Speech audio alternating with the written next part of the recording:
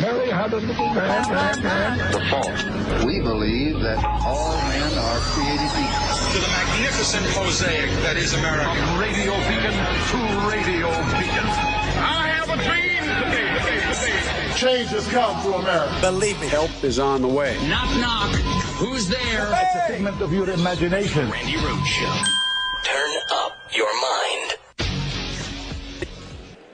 On this vote, the yeas are 228 and the nays are 206. Hey. The motion is adopted. Yay!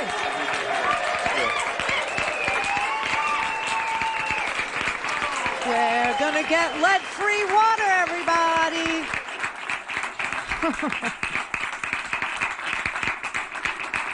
So, the hard infrastructure. Don't you love hard infrastructure on the weekend? Yes, we all do. So the hard infrastructure package has passed. 13 Republicans voted with the Democrats to pass this thing. 6 of the progressive, caucus did not. This is interesting. So now we're kind of wondering if we will see the Build Back Better human portion of the infrastructure package passed. And we won't know this week because the House, as I said on Friday, they're on recess. It's recess, everybody. What'd you bring for lunch? What's your snack? Like children, they have to go home for recess. So they promised the corporate Democrats, the 6 of them, I guess there's 5, 6, 7. There's 7 of them, all but 2 of them. Spanberger is a no, and Gottheimer is also a no from the corporate caucus of the Democrats. The leftover blue dogs, the leftover DLCers, the leftover corporate Democrats. There's only 7 of them. 96 progressives, 7 of those. 5 of them said, all right, so if you vote for this now and we uncouple the 2 and we break your strategy, we promise, and we'll give it to you in writing, that we will vote for yours on November 15th or whenever we get back, and we have a CBO score, Congressional Budget Office score. Now, why is this, bizarre?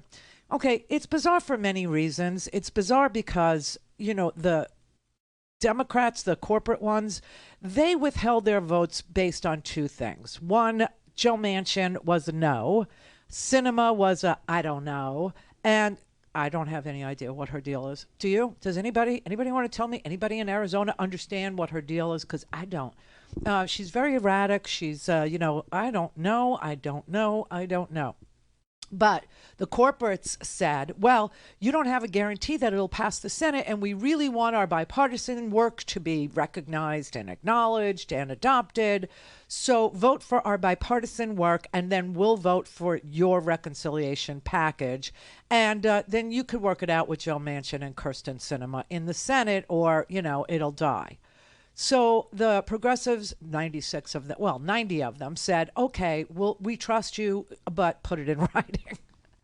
And 5 of the corporates put it in writing. 2 said, we're not putting it in writing because re-election is more important than child tax credit. Re-election is more important than, health care or hearing aids for their senior constituents, So re-election trumps everything for them, including expanding Medicaid to states that, let people go in the middle of a pandemic with no health insurance. I mean, what kind of country is this? But anyway, so it happened. And it passed really, 10:30, 9:30, 10:30 Friday night. And so now we're going to get, and here's the really creepy part, okay? So they said they needed a CBO score, the corporates did, before they could give their vote to the progressives who promised that they would pay for the bill. Well, we need to see CBO. Well, how about the Joint Committee on Taxation? Here, look, they looked at it and they said it's paid for. No, we don't want the Joint Committee on Taxation. We want CBO. Well, we'll get you CBO, but they're going to say the same thing. They're going to say we paid, Meanwhile, this bipartisan, it's not paid for. Do you know that? Now you do. $256 billion unpaid for over 10 years. It's not terrible, but it ain't paid for. So the nerve of them, the hypocrisy of them, to sit there, and by them I mean the corporate Democrats, to sit there and say, oh, it has to be paid for, or we can't vote for it because we're so fiscally responsible. Their bill was never paid for. Their bill totally did not pay for itself. It did not. But it's important. It is. And so it is good news that maybe this country will start looking like a first world country. Maybe we could actually get the lead out of pipes that deliver water to people all over this country for drinking. Maybe we could get that done now. Maybe we could have airports that aren't full of mung and decrepit and falling apart, where you land here. I don't know if anybody travels in this audience, but I do. And when you land other places, other countries, you get off the plane and you go, oh, wow. Oh, wow. Look at this. This looks like a shopping mall. Oh, wow. Look at this over here. Oh, wow, there's a place to get coffee. Oh, wow, there's a place to actually spend some time. Oh, wow, there's a place to buy, trinkets. Not here. No, you land in LaGuardia, and the first thing that takes you by storm is the mold on the walls. I mean, and it's like, a cardboard on the wall. It's just always, so anyway, this will actually do infrastructure repairs to the pipes, the ports, the airports, roads and bridges, obviously, potholes, things like that, bridges that are falling down, bridges that are falling apart, and broadband, because I don't think a lot of people in this country understand that there are millions of people in this country that don't have broadband going to their house, that they have to go to a place with free Wi-Fi, or they have to go to a library, or they have to go to McDonald's, or they have to go someplace where there's Wi-Fi to do their freaking homework. And that is true, because you've been under the illusion that we're a first world country for quite some time, and it's just not true lately. But this is not paid for. This actually creates $256 billion in deficit spending, but it does have $39 billion to modernize public transit, right? So what do I mean by that? Well, I mean by that we're going to not just modernize rail, but we're going to see bus fleets that are all electric now that will replace, fossil fuel burning fleets that we still run. Now, I know if you live in a modern city, right, I get that, we've been seeing, buses powered by, electricity or hydrogen or something else for a really long time. Well, a lot of this country, no. So we're going to have to replace thousands of vehicles with zero emission models. $66 billion in passenger and freight rail. And for those of you who don't give a damn about rail, you think it's like only Biden rides Amtrak. I got news for you. The entire northern corridor of our country actually commutes, because you can't afford to live in New York. But people need to work there. And so a lot of people are commuting from Philadelphia. A lot of people are commuting from D.C. every day. A lot of people are commuting from New Jersey. A lot of people are commuting from Massachusetts, believe it or not, into New York City every day. So this is good. Amtrak's maintenance backlog will actually be, we'll have intercity rail service, including high-speed rail. This is the largest federal investment in public transit in history. The upgrade to the airport, $17 billion in port infrastructure. And for those of you who have finally paid attention to the crap that looks like our ports, and now you're complaining that, I can't get my, I can't get my this or my that comes from China. It's because the ports can't offload half of these containers. They have no place to put these things. So it's going to reduce congestion. It's going to reduce emissions. Also, $7.5 billion for zero and low emission buses and ferries to deliver electric school buses. Thousands of them to districts across the country. And yes, this is the bill that builds the charging stations nationwide, a network of nationwide plug-in charging stations, vehicle chargers, for people who do already drive electric vehicles. And, of course, the water, $65 billion, And it does a lot for, the climate. A lot. So this is good, but it ain't paid for. A things Randi at RandiRhodes.com. Go for launch. Speaking truth to power, the Randi Rhodes Show. Well, I'm so glad I learned how to pronounce Pete Buttigieg's name. Anywhere, literally anywhere in our economy, there is a relationship between a manufacturer, a shipper, and a retailer. There are 1,000 points in that chain where something can go wrong, and we're seeing a lot of those points reveal themselves because of the enormous demand, the constraints on supply, the outdated infrastructure that it all runs across, and then the fact that the pandemic is poking holes in all of the above, which is why the other thing I think is important to point out, having seen shortages in, started with toilet paper, then it was beef last year. The best way to end a pandemic-related shortage is to end the pandemic, and that's why the vaccine push is so important. So end the pandemic and fix the infrastructure, and we won't have shortages anymore. And you can't really get chicken cutlets anymore. You just you can't get them. You can't get feta cheese, though. I don't even think mice eat feta cheese. You love feta cheese. Every single salad I eat. I will carry it in my pocket if I go to a restaurant if they don't have it. Okay, the only time no, it's not feta, it's goat.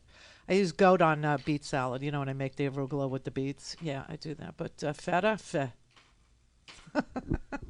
I'm just saying, it's funny what you can get and what you can't get. But see, this is the problem. The problem is that America thinks of itself as a first world country, but it doesn't want to invest in infrastructure, and it hasn't wanted to invest in infrastructure in decades.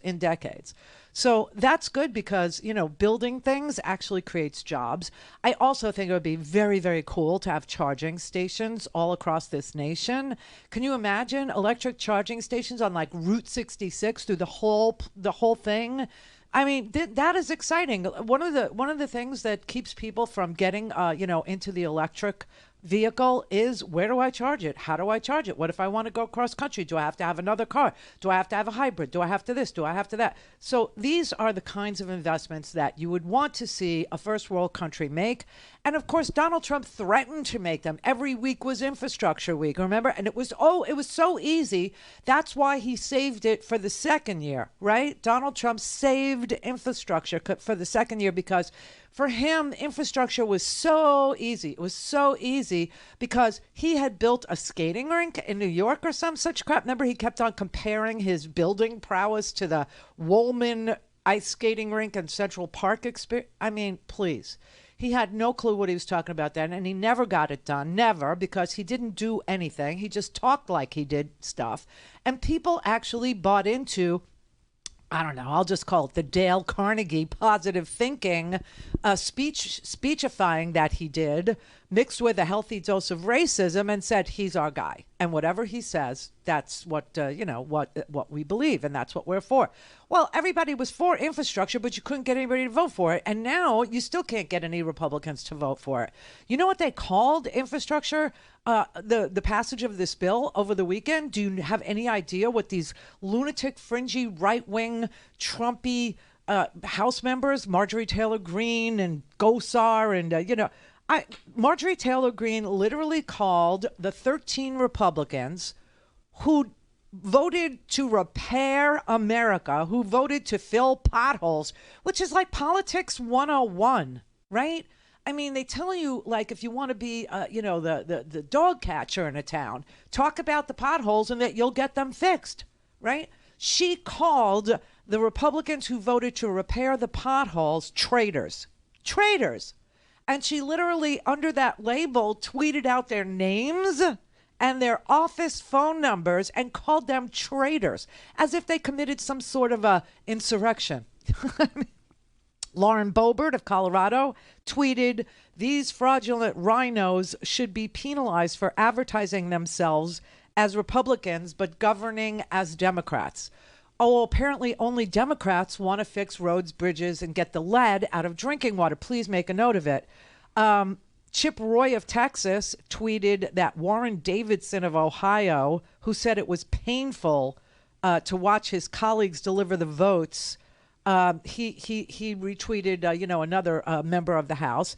And then you did have some that actually called them communists. Infrastructure is, first of all, how did infrastructure become partisan? And second, when the president of the United States previously was on the stump all the time talking about it's going to be infrastructure week, it's going to be, to the point where it became a running joke, they were for it. Now, all of a sudden, we change presidents and they're not for repairing roads, bridges, tunnels. They're for letting bridges fall down. They're for not modernizing the electric grid. They're for nothing. Texas just had like the most brutal, winter last winter because their grid is ancient and couldn't handle like 3 snowflakes. I mean, this is unbelievable. So that is what they've been doing. They're calling, the people who voted for infrastructure communists. Madison, I always call him Matthew. Madison Cawthorn, who is a legendary, aggressive groper. They're all like such abusers of other people. I mean, in every aspect of that word. But anyway, he said, vote for this infrastructure bill and I will primary the hell out of you. Kevin McCarthy said it was reckless, irresponsible spending and said, don't vote for it. What the F is going on in that party? I mean, you remember, Trump with his infrastructure week and his infrastructure promises and his infrastructure this and his infrastructure that. I mean, what happened to that?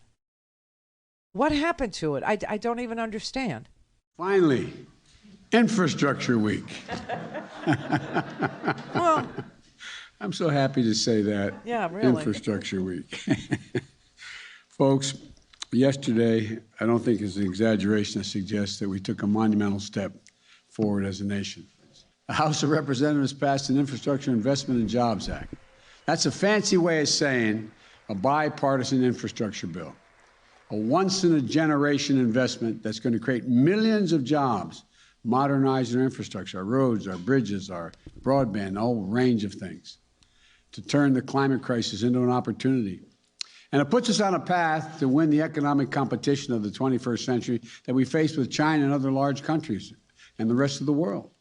It's going to create more jobs, good-paying jobs, union jobs that can't be outsourced, and they're going to transform our transportation system with the most significant investments in passenger rail, the most significant investment in 50 years, in roads and bridges, the most significant investment in 70 years, and more investment in public transit than we've ever made. Period. Period. And that's communist? Matt Gaetz actually called it the socialist infrastructure package. Wait, infrastructure, roads are socialist? Somebody better, Eisenhower's rolling. He's rolling in the grave. You know that, right? I mean, how do you even get there? How do you even get there in your anal analysis? I mean, how do you even get there? I don't understand. I really don't understand. Everything with them is partisan. Every single thing is partisan. They're just freaked out because Biden's approval numbers were tanking because of all this, messiness around the passage of these 2 bills. And now, all of a sudden, they're like, oh, damn, he got a win. Call in, connect. To speak to Randi, call 561-270-3844. 561-270-3844. Secretary Chow kicked off Infrastructure Week with an event with the U.S. Chamber of Commerce this morning. Infrastructure Week continues. We're actually calling it Infrastructure Week in this administration, and today I have the honor to kick off our very first summit. We call it Infrastructure Week. My administration is working every day to deliver the world-class infrastructure that our people deserve and, frankly, that our country deserves. We are here today to discuss the urgent need to rebuild and restore America's depleted infrastructure. We're going to get this infrastructure going. Joseph R. Biden Jr. is elected the 46th president of the United States. President Biden to unveil an infrastructure plan. It's a once-in-a-generation investment in America, unlike anything we've seen or done. Breaking news right now on Capitol Hill, where the Senate just passed the $1 trillion infrastructure bill this morning with strong bipartisan support. After years and years of Infrastructure Week, we're on the cusp of an infrastructure decade. that I truly believe will transform America. Beauty!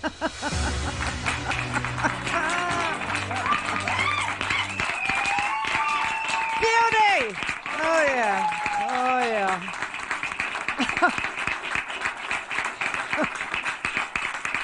That's amazing. It was Infrastructure Week for 4 years. For 4 freaking years. Secretary Chow and Spicer and, Sarah Huckaboo and all those people promising infrastructure. We're going to build and create jobs and won't that. Never happened. Never did. And now we have 10 years of building stuff in this here country, 10 years to look forward to. I really am excited about the electric chargers. I'm also excited about fixing the grid. I'm excited about renewable fuel powering our electricity grids. That'll be fun. That ought to be really, there's all kinds of climate resilience initiatives in here to help with, remember Donald Trump, his understanding of forest fires was you have to sweep the floors.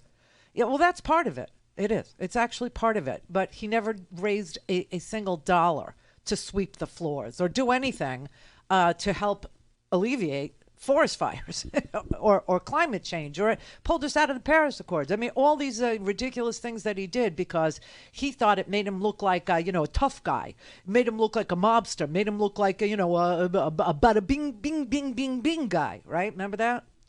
Yeah, well, it didn't help anybody. It didn't help Dallas. It didn't help anybody in the winter. It didn't help any electricity grids. It didn't help anybody, breathe or take a breath of fresh air. It didn't do anything. So here we have, a decade of building. Now, the other part of the package is support for those people who have children, support for those people who need hearing aids, support for people who work their whole lives, support for people who have live in the middle of both, right? You got kids over here and you got aging parents over there, and you're in the middle trying to go to work. I mean, and that's what the Build Back Better plan is. And so I hope to God, now Pramila Jayapal, who is the chairman of the House Progressive Caucus, she said she trusts her corporate Democrat partners in governance in the House. She trusts that when they come back from recess, that those, 5, leftover corporate Democrats will actually work with the Progressive Caucus, and they will, as soon as they see a CBO score, which apparently doesn't bother them at all on this particular bill, but on the Progressives bill, it does. Interesting. But she said that she trusts that when they see the CBO score, and the CBO score will clearly back up what the Joint Committee on Taxation score said, and that is that this is paid for, that the human infrastructure portion of this package is paid for, they will vote and pass it out of the House. Now, we're still left with Joe Manchin. We're still left with Kirsten Sinema in the Senate. We're still left with these two. And I don't know, what their deal is. Maybe they just wanted to be famous. Maybe they just wanted their names out there. Maybe they just wanted to be known as, contrarians. I have no earthly idea what they want by, raining on the parade, let's just say. But maybe they will vote for it. I have no idea. I have no earthly clue. Rich in Michigan. Hey, I'm totally curious. When do they plan on, or if they even plan on, fixing the post office? All those machines they destroyed. I am on disability, and I get this big pile of papers for SSI, plus other programs, and I got so many weeks or so many, 2 weeks to get them in there, and I get them. I don't even have a week actually to get it to them because they're late getting here. To get what to them? To the paperwork they want, because they everything's behind. The post office is running way behind, and they've raised rates too, and get rid of that postmaster that Trump put in. The guy screwed everything up.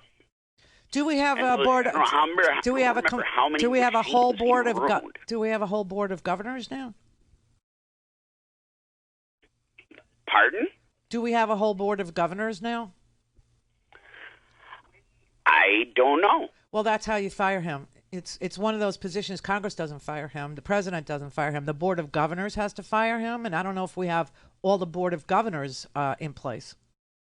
Because, boy, I'll tell you, the mail's the worst it's ever been. And it's you know, like I said, I got a paper that said I got 2 weeks to send this in, you know, and very threatening sounding. And it's like, wait a minute here, I just got it. And I'm supposed to have it in by the end of the week. Well, you said 2 weeks. Are you telling me that you can't mail something from where you are and get it where it has to go in 2 weeks? A lot of my bills and everything that used to come in, say, 2 weeks early or whatever, and gave me time to put things together. No, I got things that are due on the 11th. So, and I've got to find years worth of medical records and things like that. All right. Well, I don't know why they gave you 2 weeks to do paperwork, but that has nothing to do with the delivery of, that the post office is going to. And I know it's not the actual the postmaster. It's all the machines. No, I'm saying up. You're telling me that you need more time to get your paperwork together. Yes. Well, that has nothing to do with the post office.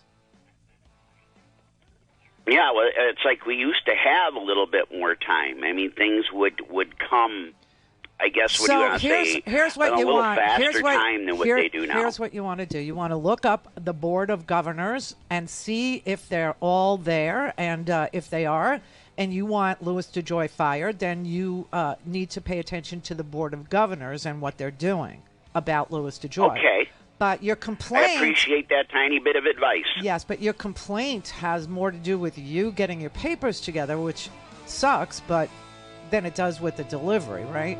Right. I don't know. This is the Randi Rhodes Show. To speak with Randi, dial 561-270-3844. That's 561-270-3844. Finally, right? Here's what you'll notice, John. Electric vehicle charging stations, new air traffic control towers, electric city buses, electric school buses, maybe better Amtrak service along the Northeast Corridor. In the years ahead, John, expect plenty of ribbon cuttings for new bridges, bike paths, and clean water projects in underserved communities. The president has likened this new spending to the creation of the interstate highway system or even the transcontinental railroad. Much needed investments in your commute, in how you travel, how you use the internet, how water gets to your house. Here's the breakdown. Roads, airports, bridges, and railroads, and billions for broadband in rural areas. About half of the new money is new investments, modernizing the electric grid, better connecting America's ports, providing internet access with an eye to environmental sustainability. There's money for water projects out west where drought and fire have ravaged communities. Billions for protecting America's infrastructure from both cyber attacks and from extreme weather. And this, a first-of-its-kind investment to reconnect communities, reversing damage from highways built right through black neighborhoods. There's no shortage of work to do. America's infrastructure earned a C- from the American Society of Civil Engineers earlier this year. Congress has approved the money. Now the administration will decide largely who gets it. Unlike traditional roads and bridges spending, there are dozens of new competitive grant programs here for huge long-term projects. The Transportation Department will have much of the say over which state and local entities will get those grants. The Transportation Secretary over the weekend, John, said there are already a pile of requests on his desk for this money. Oh, you have no idea what's going on up there. It's like, it's going to be like a beehive with all the bees just buzzing around, trying to get themselves contracts to build these things. But these things will get built, and it will create jobs, and it's a really good thing. And as far as the post office goes, it is the Board of Governors. That's who can fire Louis DeJoy, just like I said. And I think the Progressive Caucus has written a letter saying that they want to replace the chairman of the Board of Governors because he's conflicted with regard to Louis DeJoy. It's a complicated thing, but I don't think the performance of the post office is so bad that it rose to the occasion of being something more important than infrastructure or than voting rights, which you better keep your fingers crossed that when they come back, why they're on recess, I don't know, but when they come back, that we see the House vote for the Build Back Better plan, send it over to the Senate, where, Manchin is going to have his come to Jesus moment, because the people of West Virginia, they want this investment, just like the rest of America wants this investment in them. So, but the voting rights, that's going to take a carve out for the Voting Rights Act to not be subject to the filibuster rule. And Manchin and Sinema have to be for that too. So, the struggle continues. Annie in North Carolina. Hey, Randy, how you doing for Monday morning, Monday afternoon? Yeah, good. The Board of Governors, I think I've read this a number of times. I think there's more Democrats than Republicans, but the one Democrat that's like thrown a wrench into the whole mechanism, he's a Trump appointee. Even though he's a Democrat, he's more of a Trumper. So I think that's what the holdup is. We have enough Democrats to get rid of DeJoy, but that one Democrat, he won't really be a Democrat. He's a Democrat in disguise. Well, I know the chairman, the guy who's in charge of the Board of Governors, he picked Louis DeJoy. So, to get a man to say he made the wrong choice or he did something bad or he's sorry that he picked some guy. No. And I think that they have conflicts between them, like one invested in the other's company or, typical Washington bull crap. Well, let me just tell you a quick story. When all that was happening, and I live in a really teeny tiny town in North Carolina, one of these little teeny tiny post offices, the size of a small mobile home, backed up to the little ramp was XPO, DeJoy's trucks backed up to the ramp in Violet, North Carolina. I mean, population 20 or something like that, outside of Boone, where ASU was located. So, that's I saw it with my own eyes, backed up into the post office building here in little town. Yeah, I mean, this drain the swamp thing. Oh, I know. People actually believe that Donald Trump was not a swamp. Oh, yeah. He's the biggest con there is. I mean, he just con. That's his whole life has been a con. But, and that was just one of his other cons. Right. And when you look at many cons, how deep they burrowed in, you're talking about the Postal Service. You're talking about the Postal Service, the most beloved thing in America, a thing that is so important that it's actually set up in the Constitution. Yeah. I'm the daughter of a civics teacher. My late father has been spinning in his urn for Beautiful. Let's not for a long time. But we're not allowed to teach that anymore. Your father would probably end up in jail or some such thing. Oh, I know. And I'm 66, and I remember learning, civics at the age of 5. I mean, we were learning civics very, very young in school, and this is a Catholic school also. So I think they held on to it longer, and some Catholic schools may still have it, but most public schools, it's gone. Adios, gone. Well, God forbid we should teach, how a bill becomes a law, or Schoolhouse Rock, or anything to do with American history. Well, that's why we have all these poorly educated that Trump loves, and they love him. Yeah, but the undereducated, that's why he said, I love the poorly educated, because they're the ones that vote for him. And you know what's really creepy? This whole anti-education thing is being run by the billionaires, okay? It's being run by the elite. And why?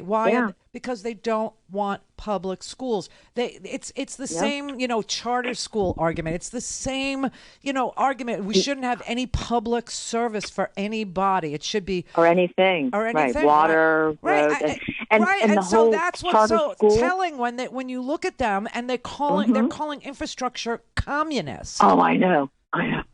And the thing with the charter schools, a number of years ago, the FBI was raiding some of these charter school organizations because they're just stealing money left and right from the public trough. Well, that went back to the whole privatization of education with, trying to show, we were asking, do these schools, the advanced schools, the for-profit colleges and the onlines and all do they actually have a gainful employment number associated with their $36,000 courses? No, they didn't. And in fact, they were up on Capitol Hill lobbying against having gainful employment numbers connected to their schools because they didn't have anything to show for it. It was like, remember, I don't know if you remember these shows that we did about people going to nursing school online. It sounds okay. Oh, right. I remember that, yeah. Until you actually figure out that if you go to nursing school online, you've never touched a human being, right? And so you don't know how to draw blood because you've never done it. And these nurses were paying, these students were paying $36,000, $40,000 to go through nursing school online, only to find that they could not be gainfully employed because they didn't know how to draw blood. And the hospitals and the doctor's offices were turning them down for jobs because they had never touched a human being. And so that's the problem with everything being privatized. But yeah, the same billionaires that are, foisting upon you this idea that a legal theory that's only discussed in postgraduate law schools that simply seeks to see whether or not our justice system works equally for all people who come before it, or does it have some racial component to it that would produce the kinds of numbers we see, where we know that white people and other colored people, people with different various melanin content, all use drugs at the same rate. However, they don't represent the prison population with regard to drug charges, do they? No. So that's what critical race theory seeks to look at in law schools, right? To see if there's something inherently unequal about, let's say, powder cocaine having a lesser penalty than crack cocaine. But merely asking that question in law school actually prompted the billionaires to say, hey, let's tell elementary school parents that that's what we're teaching their children in 5th grade, in 4th grade, in 3rd grade, in 7th grade, in 9th grade. It's money. It's just, it's the same people. It's the Koch brothers. It's the Heritage Foundation. It's, when you drill down on these groups, like, remember when we had a Tea Party thing? They were anti-health care.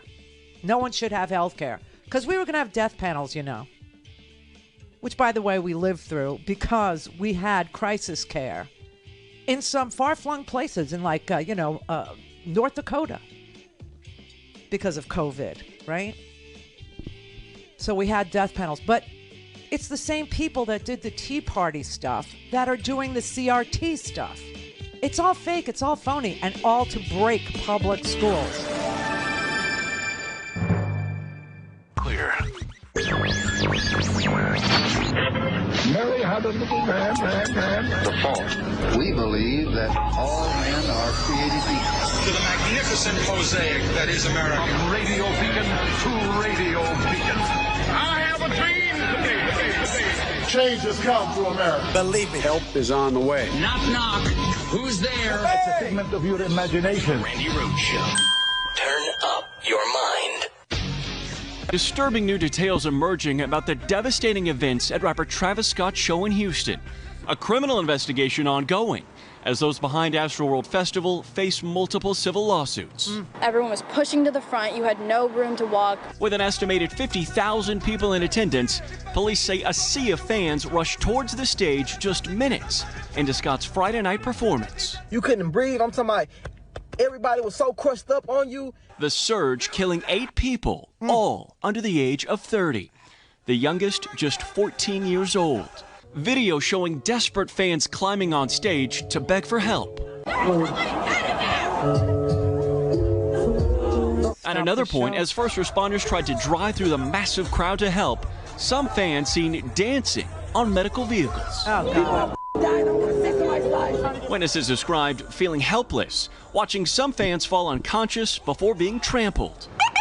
25 people were hospitalized, 11 suffering from cardiac arrest. On stage, the rapper pausing his performance multiple times. We need somebody to help him. Somebody passed out right here. But the show went on for nearly an hour. Scott's girlfriend, Kylie Jenner, who was also at the concert, says They weren't aware of any deaths until after the show. I'm honestly just devastated, and I could never imagine anything like this just happening. Police also investigating disturbing reports of a security guard pricked in the neck with a needle before falling unconscious. Medical staff saving him with a drug used to revive overdose patients. On Sunday, mourners gathering to honor one of the first victims laid to rest. We're grieving, we're in pain. The family of 27-year-old Danish Beg saying he died saving his fiancée from being crushed. You go to a concert to have fun, you don't go to a concert to die. That is just tragic. That is a horror show. And you know something, all the years that I was a rock jock, right? I was a DJ. I had to go to so many concerts. I had to go, and I love live music. It's not, I shouldn't say I had to go. I got to go to so many concerts. And I tell you, to this day, that is my biggest fear. To this day, my biggest fear is being in a large crowd like that at a concert and being, stampeded or crushed or, doors don't open, you can't get out. And, it really, it ramped up with the mosh pit scene, okay? When that became a thing and everybody was, no seats anymore, people were in a pit and jumping up and down and getting all sweaty and stoned and drunk and all that stuff. And, it was like if nobody got hurt, it wasn't a mosh pit, that kind of thing. It happened at a Who concert years and years ago. It was before my time, but I remember, hearing about 11 people getting stampeded because they didn't open the gates. They didn't let the people in, and people got crushed. And it's like the insurrection also. Remember the police officer that was crushed by the crowd who was literally saying out loud, heave, ho, he. Remember? And crushing that guy, just crushing that police officer. And he finally started screaming, help, help. You're right. I mean, that is one of my biggest fears. Okay. I don't have like agoraphobia. I'm not afraid to go out of that, but I am totally freaked out when I think about getting crushed in a crowd. And when I saw this story, I just, oh my God. And the really terrible part of it is that this started, like the concert started, and, his name's Jacques. Travis Scott, his name is Jacques Webster. I think Jacques Webster is kind of a cool name. I don't know why he would change it to Travis. Jacques Berman Webster II. That's him. That's him. So why does Jacques Webster change his name to Travis? I mean, that's like a white boy name. I just, Travis, really? I mean, isn't that the guy that's on trial, in Georgia? Travis and his father, Gregory? Yeah. Anyway, he started his concert. It was a long, one of those really long concerts with like multiple acts, one after the other. And so he got on at like 9:30. And this all started right away. And the concert went on for an hour after people were getting crushed. What's really creepy is I was watching the police chief in Houston. He had a press conference after this concert, and he said that it could be that, see, we don't know yet, but it could be that somebody in the crowd was taking a needle and injecting people in their neck, and that's what started the panic in the crowd, and that's why they were surging forward like that, to the point where people were literally trampled and killed. Here, I'll just play you. This is Troy Finner. He's the Houston police chief. I will tell you, one of the narratives was that some individual was injecting other people with drugs. We do have a report of a security officer, according to the medical staff that was out and treated him last night, that he was reaching over to restrain or grab a citizen, and he felt a prick in his neck. Oh, God. When he was examined, he went unconscious. They administered Narcan. He was revived, and the medical staff did notice a prick that was similar to a prick that you would get if somebody's trying to inject. That is one part of it. The other thing that's very important, there were some individuals that were trampled. and we want to be respectful of that. But we just ask that y'all give us time to do a proper investigation. Live Nation has stated from the very beginning that they would cooperate. They're going to give us the video sometime this evening. I spoke to my commander in homicide. So we're waiting to get that. That's going to help us. But I also want to call out to the community, kids and young individuals that was out there. If you see something, say something. This is now a criminal investigation. Damn. So that could have been the reason why people started panicking in the crowd and surging forward to try to get away from, I don't know, a person, could be more than a person, injecting people in the neck with something that responded to Narcan. Holy crap. That is freaky. That is just freaky. But I will say this about Jacques. Jacques has a very incendiary record. Jacques does not have, he's a 30-year-old guy. Okay. He's one of the most successful contemporary hip hop artists that there is today. That's just a fact. This guy can obviously headline, a major concert. He's like up there with Jay-Z and Puff Daddy. I mean, he has reached that kind of fame where he can carry as a headliner a concert, okay, by himself. Okay, he can do that. Anyway, so Jacques apparently has this very bad reputation as being somebody who is a incendiary performer, meaning he riles up the crowd. He yells at the crowd that he wants to see people rage. His whole thing is put up your middle finger, and tell people, to jump over barricades, there's a lot of different, there was a documentary, a Netflix documentary that it's called Look, Mom, I Can Fly. And it's in the aftermath of a May 2017 show in Arkansas. He had a show at the Walmart Arkansas Music Pavilion. Of course, it's the Walmart Arkansas Music Pavilion. And there was a guy who was on crutches, so proud of himself that he survived the concert. Okay, and this guy has faced 3 charges already of inciting a riot, disorderly conduct, endangering the welfare of a minor. And this is like the 3rd concert. This is the 3rd time in different cities. There was one in New York. There was this issue in Arkansas. Now this one in Houston, where his crowd, particularly his crowd, ends up paralyzed, on crutches, or now dead.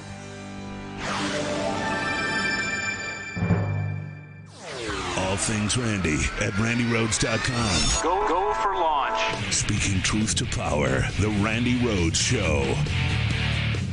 How many warning signs there were? You've had Travis Scott arrested twice before for disorderly conduct, for encouraging fans at concerts to cross the barriers, come up on stage, move forward, etc. You have 2015 in Chicago, 2017 in Arkansas. Weeks later in New York, a fan is injured, partially paralyzed at a concert. 2019, at this very event, you had 3 people injured. And then at this event in this year, there are videos out there of people breaking down the security barriers earlier in the day. Now, in order to cross the line, though, into criminal conduct, you're still going to need a level of recklessness on his part at the concert, I think, itself, or in the planning of it, or in something that he says. So what does he have to see? What does he have to be told? So he being Travis Scott, to establish recklessness. Right. So I think there's comments that he makes at the concert about rage on. I want to see some rages. It depends on when that was being said and in what context. Just saying let's rage isn't going to be a crime, right? You're allowed to encourage the fans to get excited. But there are a number of instances where you see it on some of the videos where there's an ambulance, for example, coming out. The question's going to be, is he encouraging people to allow those ambulances to go forward? That's going to be something that's going to have to be evaluated. And here's the reality. That there's going to be social media videos of every moment of that show. That's every single second will have been documented. So we'll know exactly what he said and when he said it. Yeah, I mean, the guy does have a very, very, very incendiary record of, creating rage and violence in the audience. I mean, it's in 2017, you know, I told you about the Arkansas event. Well, you know, there was a kid who was partially paralyzed at a New York City concert the same year, 2017. He was at a concert that Travis Scott was doing at a place called Terminal 5 in New York, okay? And there was a fan, let's say, you know, a fan in the audience who said that he was pushed off an upper deck balcony during the show. All right, that's horrible enough, right? But then a different fan ended up jumping voluntarily off the balcony in a video that everybody, you know, who knows who Travis Scott is, has seen, okay? Because Travis Scott pointed at the guy who pushed the other kid off the balcony and said, I see you. Are you going to do it? Are you going to do it? Travis Scott says this from the stage to the kid that pushed the other kid off. And then the kid that pushed the other kid off, well, he said, they're going to catch you. Don't be scared. Don't be scared. And then the kid jumps. He voluntarily jumps after Travis Scott says, you know, are you going to do it? Are you going to do it? And the kid jumps, and now he's partially paralyzed for the rest of his life. And, you know, I mean, I don't get why this is fun. I don't get why this is entertaining. I don't get why people, you know, really dig this. But I never understood the mosh pit either. I never did. I don't understand why people would want to be slammed to the ground. I don't understand why people want to, you know, like get hurt at a show. I don't understand it. I really don't. There's definitely a weird, you know, vibe that happens at some certain hip hop shows, rather. And I've been to quite a few of myself. Been to some Wu-Tang shows. Now I've seen artists do things dangerous that could involve audience members. I've seen Method Man walk across all the large speakers, then jump into the crowd and walk across the crowd. That could potentially damage a crowd member, but it's more the dangers on him. I've never seen a rapper or artist in a concert that I've been to encourage that kind of level of violence against somebody else. Like, it's really irresponsible. Hey, listen, I've seen it too. Listen, there were punk rock shows that, you know, you would have people stage diving, you know, like I remember Iggy Pop fell off the stage when I was a little kid. I snuck into a concert. And he was like half naked anyway. And then he jumped he fell off the stage. He nearly died. He nearly killed himself. But when it became a thing where, you know, look, punk bands, you know, they started this whole, you know, get the audience, you know, to hurt themselves kind of a thing. This has been going on a long, long time. I just don't understand what the point of going to a show where you know that the audience members that you're with, that you're agreeing to be with, in the audience as an audience member, and you know there's no seats. See, that's another thing. There's no seats. There's no chairs. People are standing on the floor, festival seating, they decided to call it. And you know that this is a particular kind of music. Could be punk, it could be alternative mosh pit stuff, and it could be hip hop. It doesn't really matter. But you know that there are certain artists that do this, and that get the audience crazy enough to not only hurt themselves, but to hurt each other. I can't go there. Listen, the most afraid I ever was, well, it was a mosh pit situation. I had to leave. But the most afraid I ever was at a concert where there were seats. And that's a big damn deal.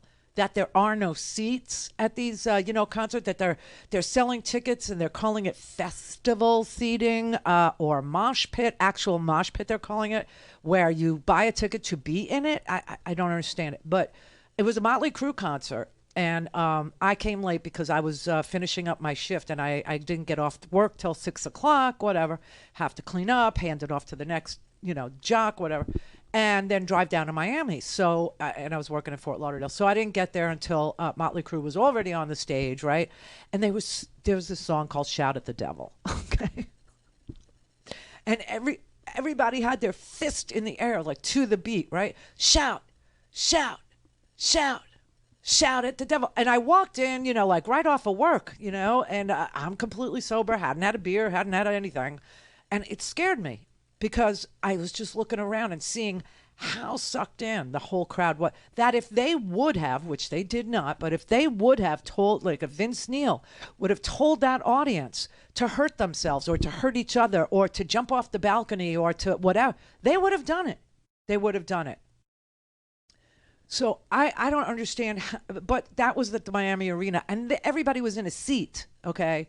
Now, I had to go to the backstage area, which meant that I had to go from the back of the orchestra seating, right, all the way to the front to get to the side and then talk to, you know, like the road manager to show my credentials and go. And so I had to walk through this crowd. But they were all seated. They were in seats. And that was the only reason why I wasn't really, really scared to the point where I fled or to the point where I left. Now, imagine this kind of a crowd with this kind of an artist, right? And they're not in seats.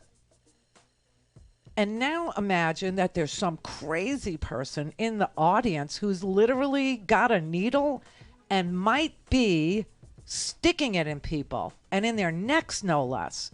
That's what the Houston police chief was investigating, stories like that. Now, the truth is, everybody, if you look at the video, if you look at any of the footage from this concert, whether you know who this guy is or you don't know who this guy is, everybody's been to a concert.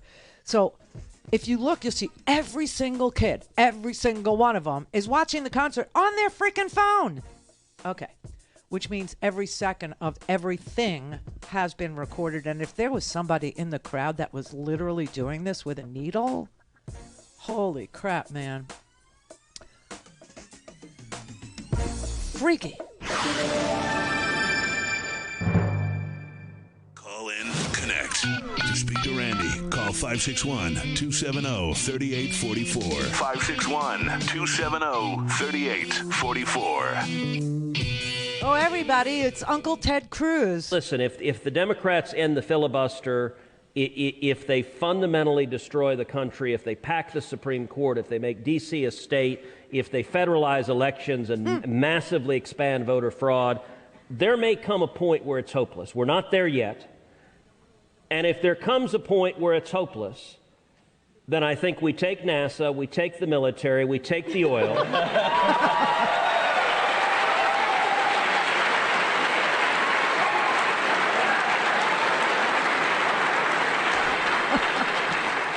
Take me. Please take me. I don't want to be trapped. What about Joe Rogan? Are you going to take him? Joe Rogan, he might be the president of Texas.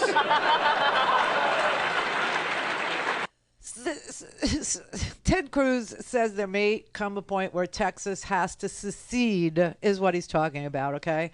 And if Texas secedes, I want to build a wall. Just remember I said that, okay? I want to build a wall. It will become our new southern border so we can keep people like Ted Cruz and Joe Rogan out. Joe Rogan has screwed up more lives. I can't even tell you. I can't even, we watched the game. Aaron Rodgers was not playing this weekend. I watched Jason Love. Jordan. Oh, Jordan, Jason. Yeah, well, good, because now I don't have to learn forget his name. The world is about to forget his name. That was the worst. Terrible. Oh. It was sad. That interception at the end. Oh, my God. It just broke my heart. It just, wow. So, he's taking, this is the crazy thing. We live in a world where a guy like Aaron Rodgers, okay, who's got this whole soulful sort of the Zen Cal Berkeley thing going on, and, his girlfriend that eats clay is what I heard. This kind of thing. That he literally could lie to his fans. The disrespect for each other is so astronomically high right now. Just the sheer disrespect to even talk to people with an intelligence level that's above kindergarten is beyond so many of our stars. It's just beyond their ability to talk to people like they have. But check this out. So Aaron Rodgers has the elite of the elite tending to him medically, right? I mean, he's got the world's greatest doctors all around him as par for the course of being an NFL player, and he's taking his medical advice from Joe Rogan. Sure, because who wouldn't? Right. You know, our culture, I'm going to sound like a conservative, is getting so coarse. It's getting so bad that a sitting senator, a United States senator, feels at ease and comfortable talking about secession, and that Joe Rogan, the podcaster / medicine man, is going to be president of Texas. President of Texas. Well, he'll have to do a duel or something with Greg Abbott to get there. But, I mean, this is unbelievable. And that they're going to take the military and he's going to take NASA. In other words, all the things that the federal government and our tax dollars have paid for in Texas. And then he says he's going to keep the oil. Keep your energy good, Ted. Keep it. I mean, go ahead. This is so crazy that I just can't even believe the place that we're in right now. I just cannot believe it. And by the way, I have to tell you, new subpoenas went out today on the insurrection. The House the January 6th Select Committee just dropped subpoenas for Bill Stepien, Jason Miller, John Eastman the lawyer, Michael Flynn, Bernie Carrick, and Angela McCallum. So 6 more subpoenas went out today, all because violence seems to be the way everybody wants to, operate now. I just, and listen, the concert scene has always been crazy. It's always been pretty frightening. But the idea now that you could have repeat offenders, that you could have people who have paid fines because somebody in their audience, due to their cajoling, due to their pointing at an audience member and saying, I see you, are you going to jump? Are you going to jump? And then the guy jumps and he ends up partially paralyzed for the rest of his life, can still be a headliner in this day and age is very bizarre. Although I will say that, these people who have gotten hurt in mosh pits, they've been attending, concerts of people who repeatedly have mosh pits. So, but it's scary. It's really scary out there. Jim in Virginia. Oh, hey, Randy. First time, very, very long time. Love you so much. Thank you. I love it. Thank you. Mm-hmm. Listen, I just wanted to totally wholeheartedly agree with you about the fear of something happening terribly at a club like that where you have no control of it. I used to bartend in a 3-story club in D.C. that held about 3,000 people. The day after the horrible incident with Great White in Rhode Island, I guess like 100 and some people. Oh, that was pyrotechnics. Yeah. Yeah, well, they couldn't get out either. That's right. Why a lot of them died. Right. But the day after that, I worked a big show in what's called the Skybox. It's the only bar on the 3rd floor, and there's only one exit, which isn't an exit. It's just a way to get down to the 2nd floor. Yeah. And I was between that, and it was really soon after 9/11. I saw a lot of things. Not that night, but I saw a kid nosedive off of the 2nd-story balcony into a mosh pit. So not knowing that everyone on the floor was going to move out of the way, right? Yeah, and slam his face on a concrete floor. Yeah, I don't know what happened to him or whether he is in a vegetative state now, but it was not a pretty sight. Yeah, it's been going on a really long time. I got to tell you, it has. It's been like 25 years already. I remember the Who thing too. Obviously, I wasn't there, but No, I wasn't either. But I remember, being a kid and reading about how 11 people died and they got trampled because they didn't open the gates, right? So that wasn't even during the show. Just little things like that, and we didn't have the smartest security staff in the world either. And it was a big, old warehouse with big metal doors that only opened one way unless someone was going to open it for you. And with a security staff that made minimum wage, they didn't really care that much. They sold drugs to make a living, pretty much. Yeah. We had an arena down here that had to be closed because it was called the Sportatorium, but everybody called it the Snortatorium. I remember that. The Snortatorium, right? I mean, everybody. I have a 954 number because I lived in Fort Lauderdale for 15 years. I'm about ready to change it because I'm about to get about 20 scam phone calls that I get from Florida every night at this time. Right. But well, so, look, this is the thing. The thing is that there are unpredictable events. There always are going to be things that are, that are unpredictable. But when you have things that could be avoided, like someone on the stage telling the guy to jump off the balcony or telling the guy to get in the mosh pit face first or, something like that, that's where it crosses the line.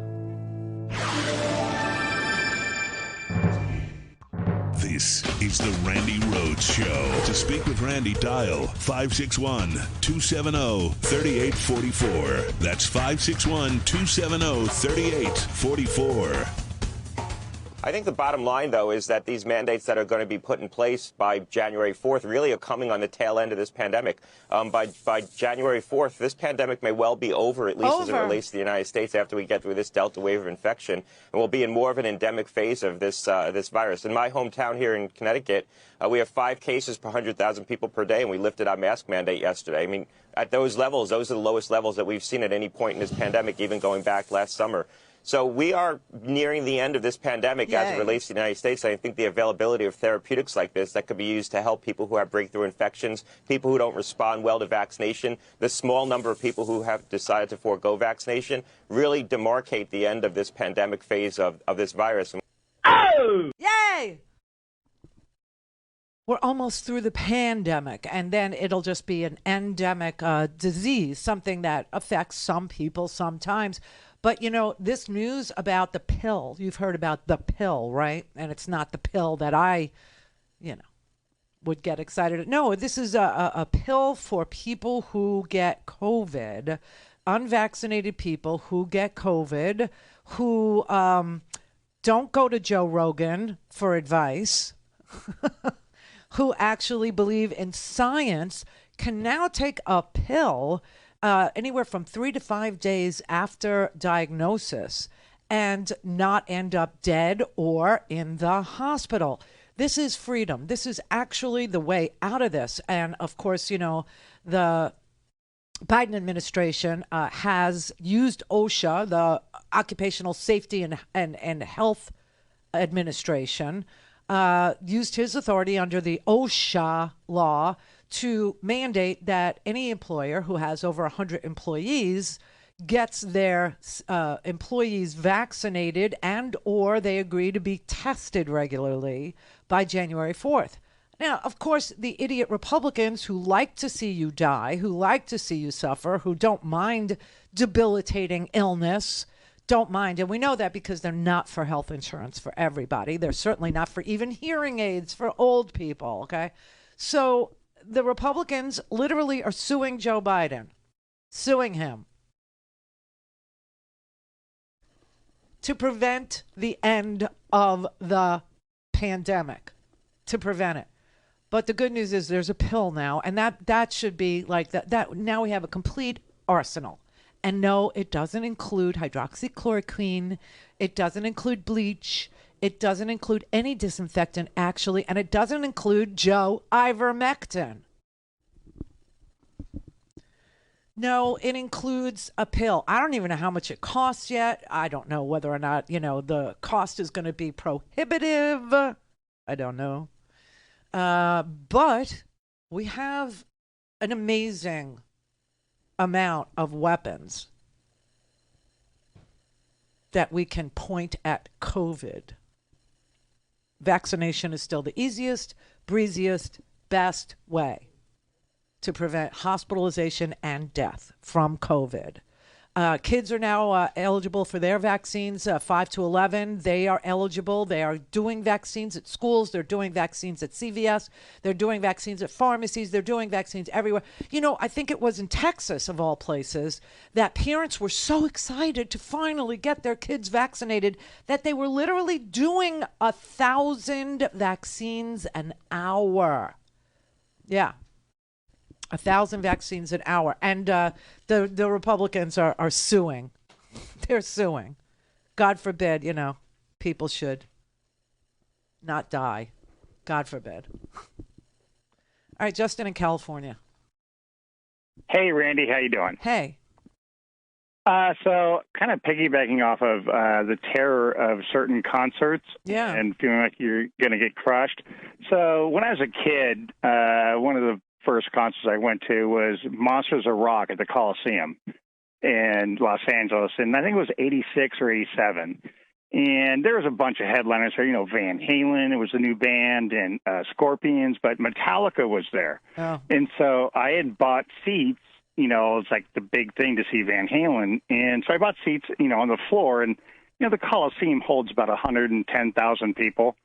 And so when Metallica came on, holy crap, man. Scary, right? The place went into absolute madness. Yeah. They like the top, I want to say the upper seats flooded the lower seats and literally ripped down like block walls and fences, beat the crap out of every cop, security guard you could see in sight. Yeah. And then these mosh pits formed. Yeah.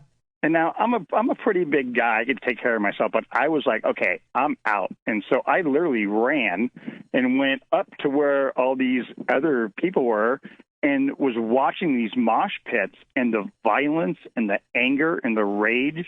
Yeah. And it wasn't anything the band was encouraging. Right. It was just some sort of, I don't know. Spell. It It's was like a some spell. sort of group. Yeah. It's like a group, like group madness or whatever you want to call it. Yeah. And there were some people I saw, I swear, man, people were beaten to death or severely injured. And then once they left the stage, then the other band, I think the Scorpions came on next. And all these guys kind of retreated, but it was like a wasteland. Yeah. Of like seats everywhere and just like people like walking around with like just lumped up. And so I'm like, okay, I think it might be safe to go down there to, because I paid a lot of money back then to go to the, watch, the concert. And so it ended up, when Van Halen came on, I was like, there was just like, literally, it was like a wasteland. I'm sitting there in, a chair I found that I put up and watching, but I'm just going, oh my God. And I lost all my friends. I couldn't find them. Oh, that's a horrible One of my feeling. buddies went to the hospital. And I drove everyone down. Oh, God. So one of my buddies was literally, he got cracked in the skull, ended up in the hospital in like Englewood. And, it was just, but, it's funny how some of those things can get out of control, Actually, even with no encouragement. Justin, 2 dead at that concert you went to. 2 dead. Yeah, no, I believe so. But it was crazy because, I'm responsible for my friends because I drove them down there and I couldn't find my one friend and he was in the hospital. But it's amazing how it can get out of control on some kind of, mass hysteria or something like that. Yes. But they weren't encouraging it. And this guy, Tim Scott, has been encouraging this for years. Travis Scott. I'm sorry. His name is Jacques. But his friends call him Travis. Is it Ye yet? No. Kanye Ye? Well, he came out of that whole Kanye. Yeah. Yeah, he's part of that whole marketing crowd, the whole Kardashian Kanye group.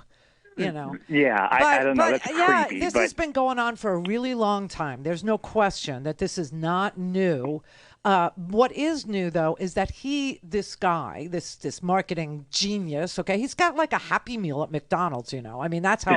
Made $20 million off his Happy Meal. It was a Travis Scott meal. Yeah, the Travis Scott deal at McDonald's. $20 million. Yeah, the guy, he markets everything. He markets everything, like even the stuff in his videos you can buy. I mean, it's such a marketing juggernaut, right? But that he gets on stage and he actually tells them to do this kind of stuff.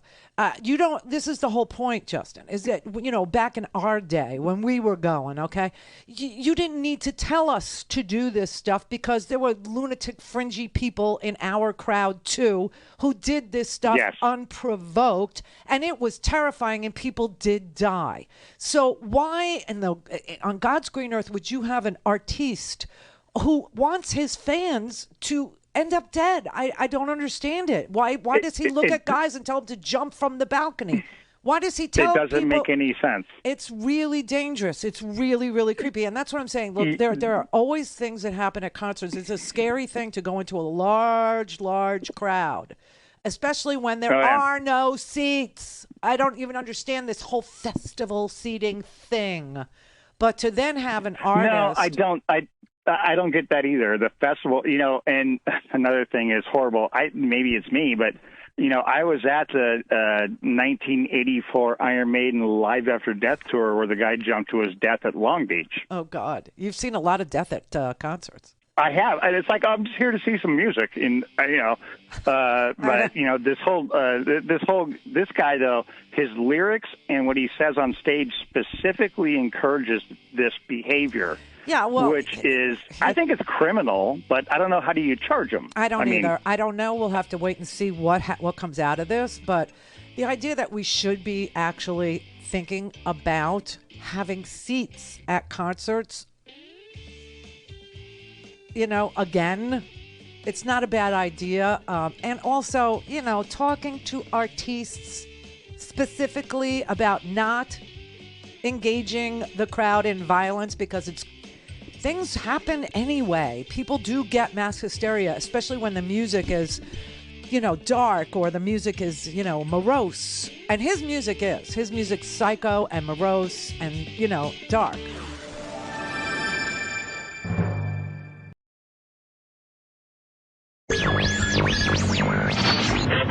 Mary had a little man.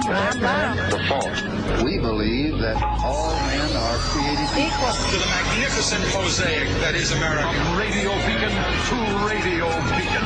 I have a dream today. Change has come to America. Believe me. Help is on the way. Knock, knock.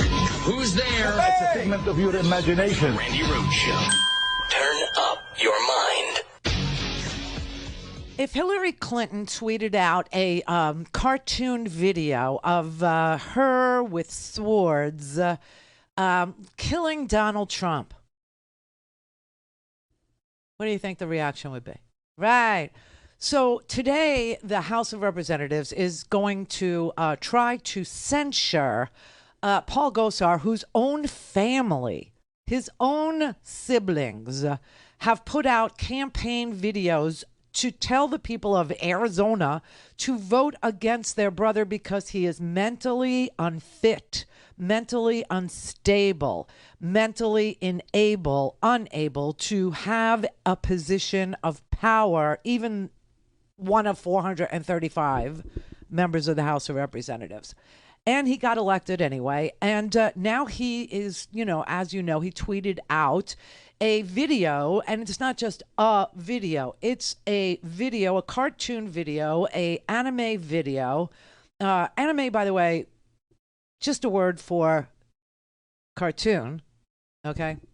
But he literally used his congressional staff on congressional time, using their official duties as a member of the House of Representatives to doctor this video, this anime video, in order to put his face on the so-called hero in this cartoon story, and Alexandria Ocasio-Cortez's face on the perceived giant, on the perceived, evildoer in this video, and also Joe Biden as an infiltrator into the world that Paul Gosar in this cartoon was protecting from invasion, from invaders, usurpers, vermin, filth, right?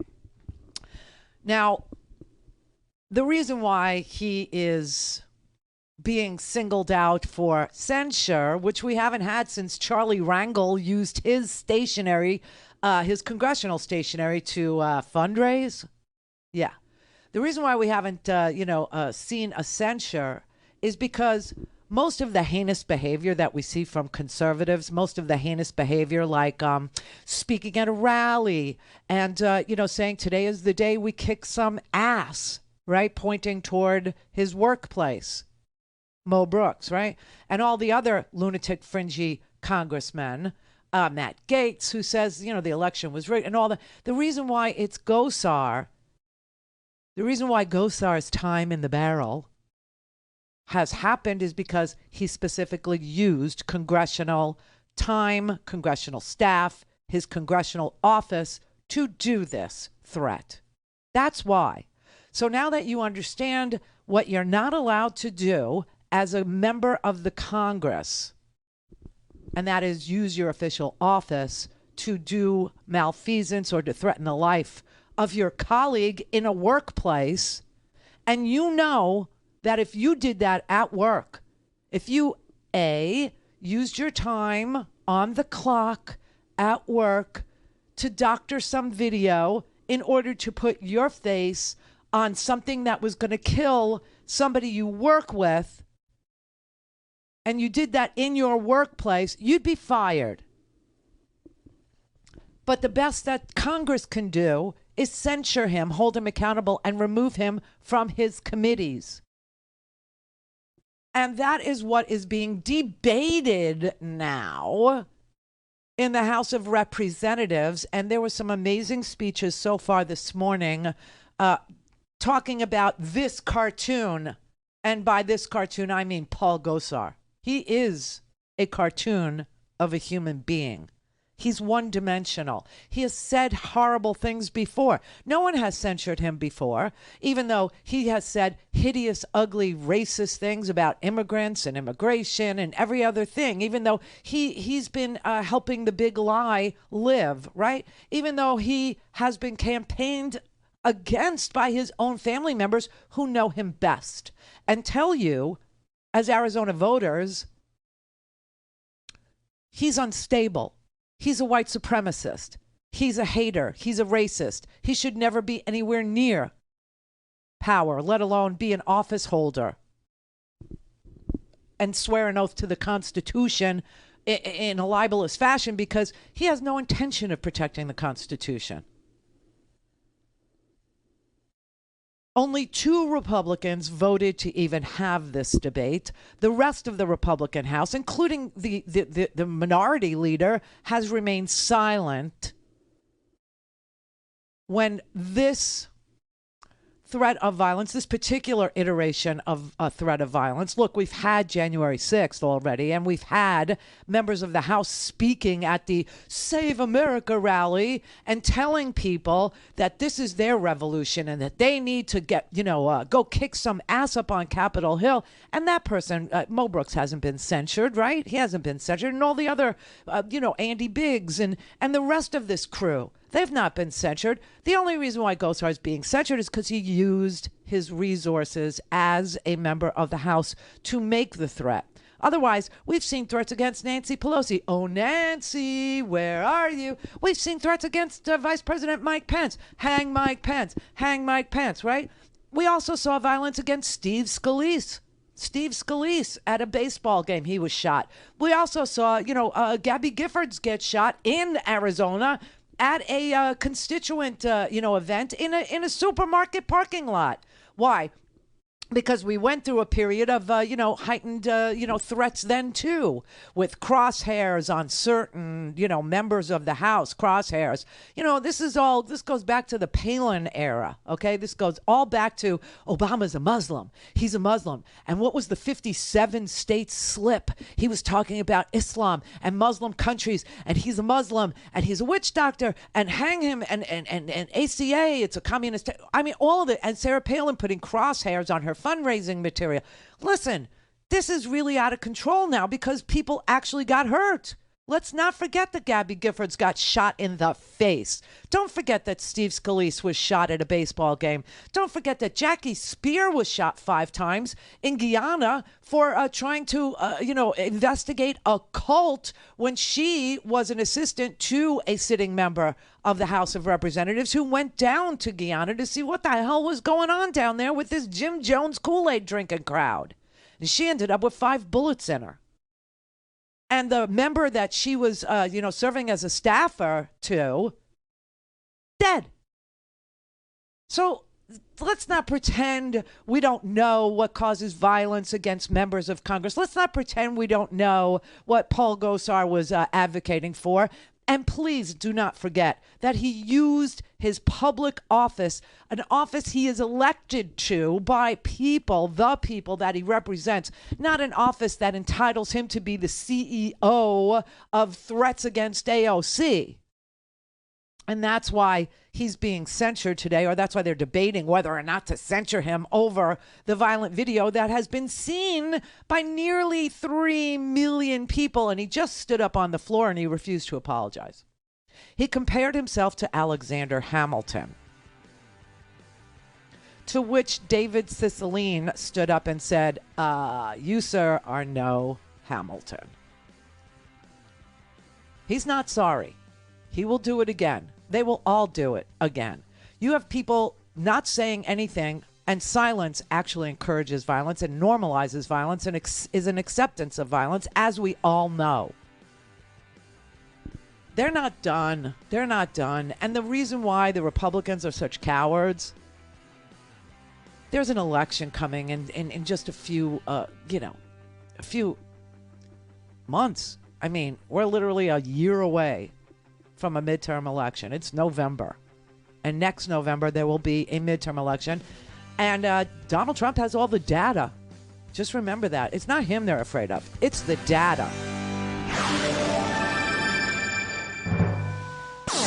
All things Randi at RandiRhodes.com. Go for launch. Speaking truth to power, the Randi Rhodes Show. All right, this was Nancy at the beginning of this debate. When a member uses his or her national platform to encourage violence, tragically, people listen to those words, and they may act upon them. Words spoken by elected officials weigh a ton. People hear them very differently. As the resolution that the committee is putting forth states, depictions of violence can foment actual violence and jeopardize the safety of elected officials, as witnessed in this chamber on January 6, 2021. It is inconceivable that a member of our community here would wish to repeat the violence of that dark day, that deadly day. As a woman, Speaker of the House, I want to be clear. These threats specifically target a woman of color, which is part, as the resolution states, a global phenomenon meant to silence women and discourage them for seeking positions of authority and participating in public life. Again, this is about workplace harassment and violence against women. Yet, the member has never apologized for his actions. It's a cartoon. Relax, he said. Really? A cartoon? Relax? And he wrote to supporters as hyperventilating and shrill accusations that this cartoon is dangerous are laughable or intentionally hyperbolic. I'm entitled to speak to the people and to do so in a manner that is engaging, he said. Really? Is it engaging to depict killing a colleague or anyone? It's not just about members of Congress. Anyone, threatening anyone. Disguising death threats against a member of Congress and a president of the United States in an animated video does not make those death threats any less real or less serious. And indeed, conveying them this way makes them potentially more dangerous by normalizing violence.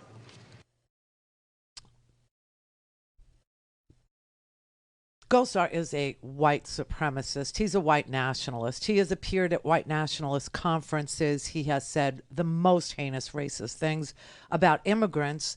This video that he, doctored to put his face on the cartoon hero, and the reason he chose Alexandria Ocasio-Cortez as the enemy is because Paul Gosar sees her that way. Paul Gosar is a white supremacist, and he selected a Puerto Rican woman as the enemy that he was going to slay in this cartoon. And the reason why he did it this way is so he could appeal to the younger, more volatile, better armed base of the Republican, or it's not even Republican, of the Trump party, okay? That's why he did this.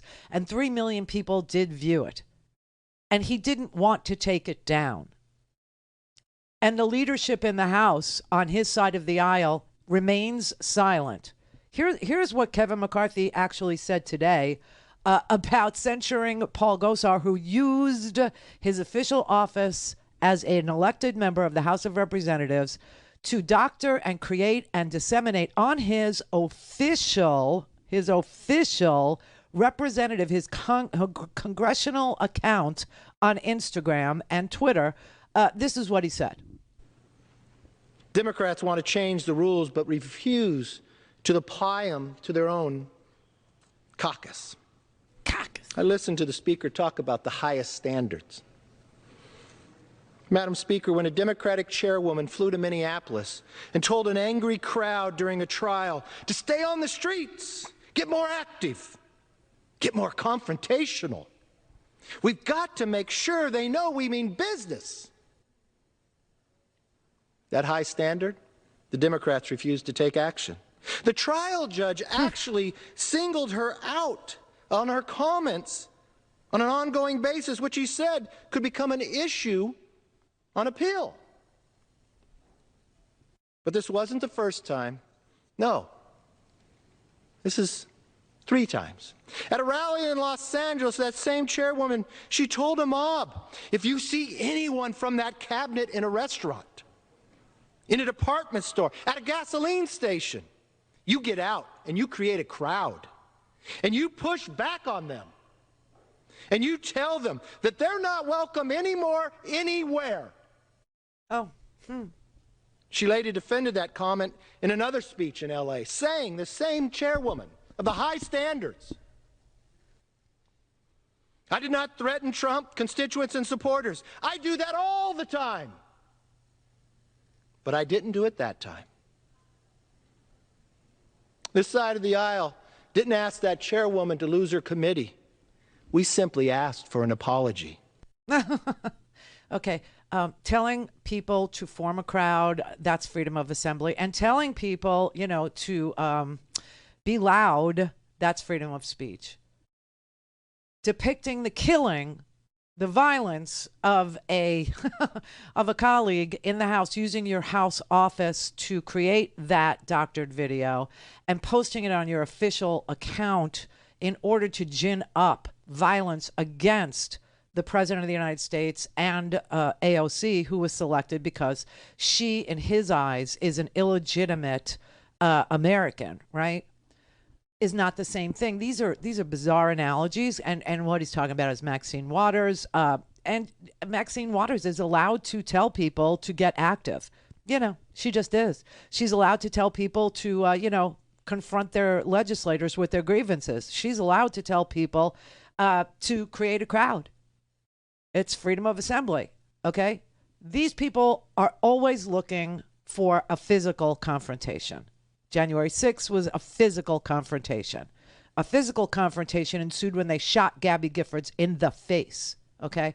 And they are looking, the Republican, dweebs, the Republican Mo Brookses, the Andy Biggs, the Gosars, who are still perpetuating a lie, a big, giant lie, in order to disenfranchise voters in this country, in order to get laws changed in this country so that legislators can choose the winner of our free and fair elections, so that if legislators in the states don't like the result of an election, they can flip it, they can change it.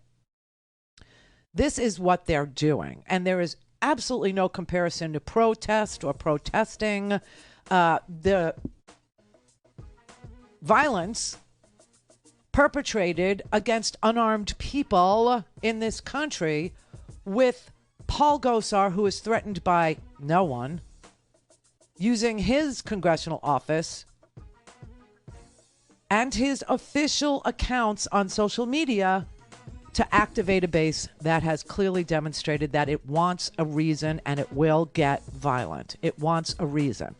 You activate us and we will do it. You tell us who, you tell us when, you tell us where, and we will show up and we will do it. Now, Steve Bannon is on his show doing the same damn thing. All of a sudden, he's the martyr for Al-Qaeda. Yeah, he's the martyr. And he's threatening his revenge on his podcast. Call in, connect. To speak to Randi, call 561-270-3844. 561-270-3844. Okay, this is just from a few minutes ago. This is Alexandria Ocasio-Cortez speaking about why Paul Gosar must be censured. I've been serving in this body just under 3 years. In that 3 years, enormous amount has happened. But in response to the Republican leader's remarks when he says that this action is unprecedented, what I believe is unprecedented is for a member of House leadership of either party to be unable to condemn incitement of violence against a member of this body. It is sad. It is a sad day in which a member who leads a political party in the United States of America cannot bring themselves to say that issuing a depiction of murdering a member of Congress is wrong, and instead decides to venture off into a tangent about gas prices and inflation. What is so hard? What is so hard about saying that this is wrong? This is not about me. This is not about Representative Gosar, but this is about what we are willing to accept. That's the issue. Are you willing to accept working in a hostile work environment where your colleagues are socially tweeting or Instagramming and communicating with a base of Americans who want to have an excuse to do violent things to especially women in the Congress of the Democratic persuasion of color? Why can't the leader of the Republican Party in the House say that that is not acceptable? Why can't he say that? Because Donald Trump has the data on every one of their voters. That's why. They're not afraid of Donald Trump. They're afraid of Donald Trump's operation. They're afraid of all the psychological profiling that's been sucked out of social media and given to Donald Trump's campaign. They know that Donald Trump can target any one of their voters at will, precisely, with pinpoint accuracy and precision, and that they can talk that person because they have a psychological profile on that person. They can talk to that person, and they can get that person to not vote for even a Republican member of the House or a Republican senator. This is really scary because of the data. And that is why Paul Gosar chose social media as his dissemination point. The heinous part is that he used his official office and his official accounts to threaten her life and the life of Joe Biden. All right, here's Paul Gosar trying to, I won't even say defend himself. He doesn't think he needs defending. Okay, this is him saying, I didn't mean to hurt anybody. I was just having fun. I rise today to address and reject the mischaracterization, accusations from many in this body that the cartoon from my office is dangerous or threatening. It was not. And I reject the false narrative categorically. I do not espouse violence towards anyone. I never have. It was not my purpose to make anyone upset. I voluntarily took the cartoon down, not because it was itself a threat, but because some thought it was. Out of compassion for those who generally felt offense, I self-censored. Last week, my staff posted a video depicting a policy battle regarding amnesty for tens of millions of illegal aliens. This is an enemy that speaks to young voters who are too often overlooked. Even Twitter, the left's mouthpiece, did not remove the cartoon, noting it was in the public's interest for it to remain. The cartoon directly contributes to the understanding and the discussion of the real-life battle resulting from this administration's open border policy. Oh, my God. This body is considering passage of Mr. Biden's reckless, socialist, Marxist $4.9 trillion spending bill that provides $100 billion for amnesty to tens of millions of illegal aliens already in this country. This is what the left doesn't want the American people to know. Our country is suffering from the plague of illegal immigration. I don't stop pointing this out, nor will I. So he has been and is aligned with this whole replacement theory crowd, the white supremacist crowd, the Unite the Right crowd, where they say Jews will not replace us and this one won't replace us, and, you know, appealing to the crowd of old, angry white men who are full of resentment for anybody that isn't an old, angry white man, okay? We do not have a policy of open borders. As you know, Joe Biden has deported more people, and the left was upset because he was using Title 42 in the middle of a pandemic to deny people due process as they entered into this country illegally, okay? They're allowed to make claims of asylum normally, but he used the same Trump rule saying it's a pandemic, you can't come in, you're going back, there will be no hearing. And the left was really upset because Joe Biden was deporting people faster than Obama deported people. He just makes this crap up because it makes him seem as if he cares about some issue. He doesn't care about some issue. He's involved with the America First caucus. They say Anglo-Saxon political traditions are fading away and they're being replaced in this country by mass immigration. And it negatively affects, and these are his words, the unique identity of this country. The unique identity of this country, by the way, is immigrants. That's what makes America unique. Immigrants from everywhere, from all over the world, from Europe, from Italy, from Ireland, from England, from South Africa, from North Africa, from East Africa, from West Africa, from Central America, from South America, from Argentina, all the way down to the tip of Ushuaia. I mean, it so enrages him that he literally said out loud right there that he produced this cartoon to appeal to younger Americans, right? So that they would know they have an enemy, and the enemy is Joe Biden's open borders policy, which doesn't exist any more than CRT, which is a WTF moment when you realize CRT does not exist and they're against it. They're against a lot of things that aren't happening. And that makes them worthy of censure, especially if they're going to incite violence in order to prevent something that's not happening.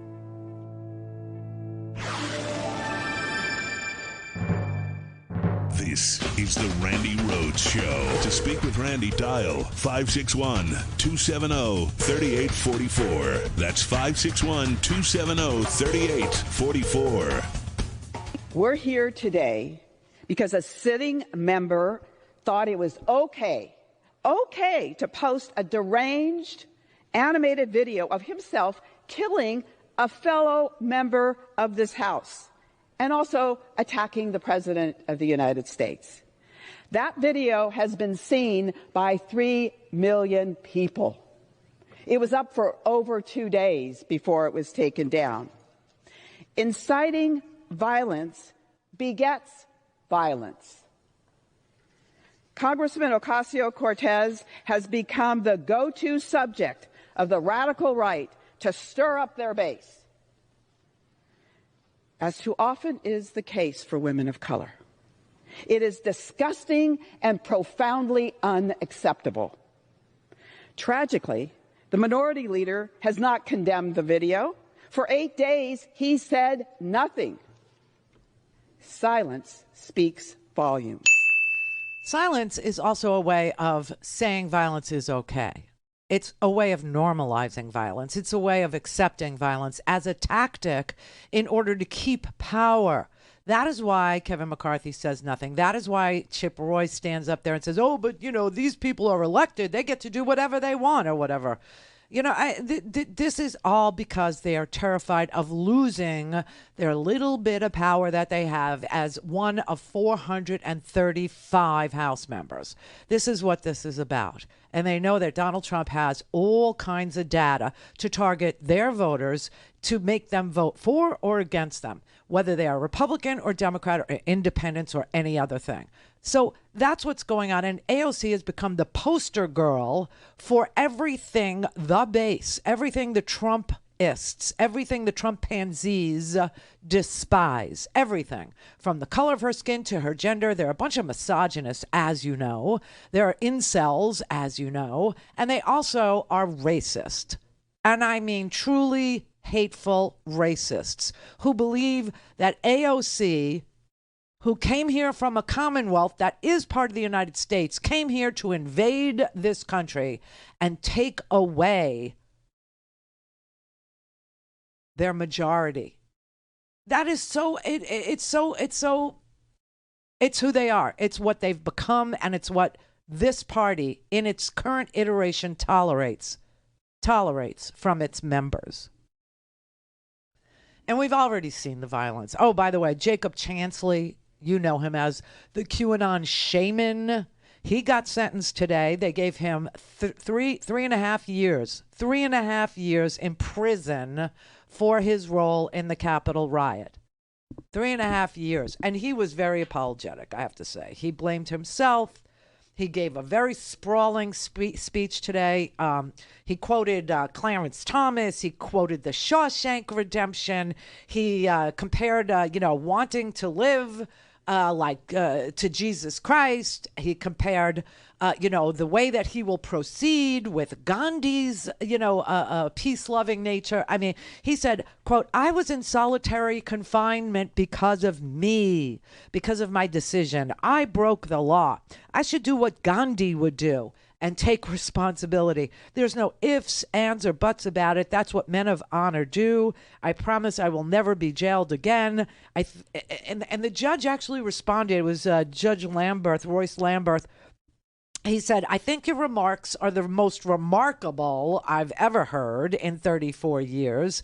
But what you did was as horrific as you now concede. Now, remember, Jacob Chansley was very disappointed because he wanted a pardon from Donald Trump and didn't get one. And then he went on a hunger strike because he wanted to have organic food served to him in the prison. And then he told 60 Minutes to come and interview him in jail without permission from the court. And so he got sentenced today to 41 months, which is about 3 years and 4 months. That was the last round of violence, okay? And we just saw another guy from New York. I guess he was a former MMA fighter or some such guy who beat a police officer, punched him square in the face.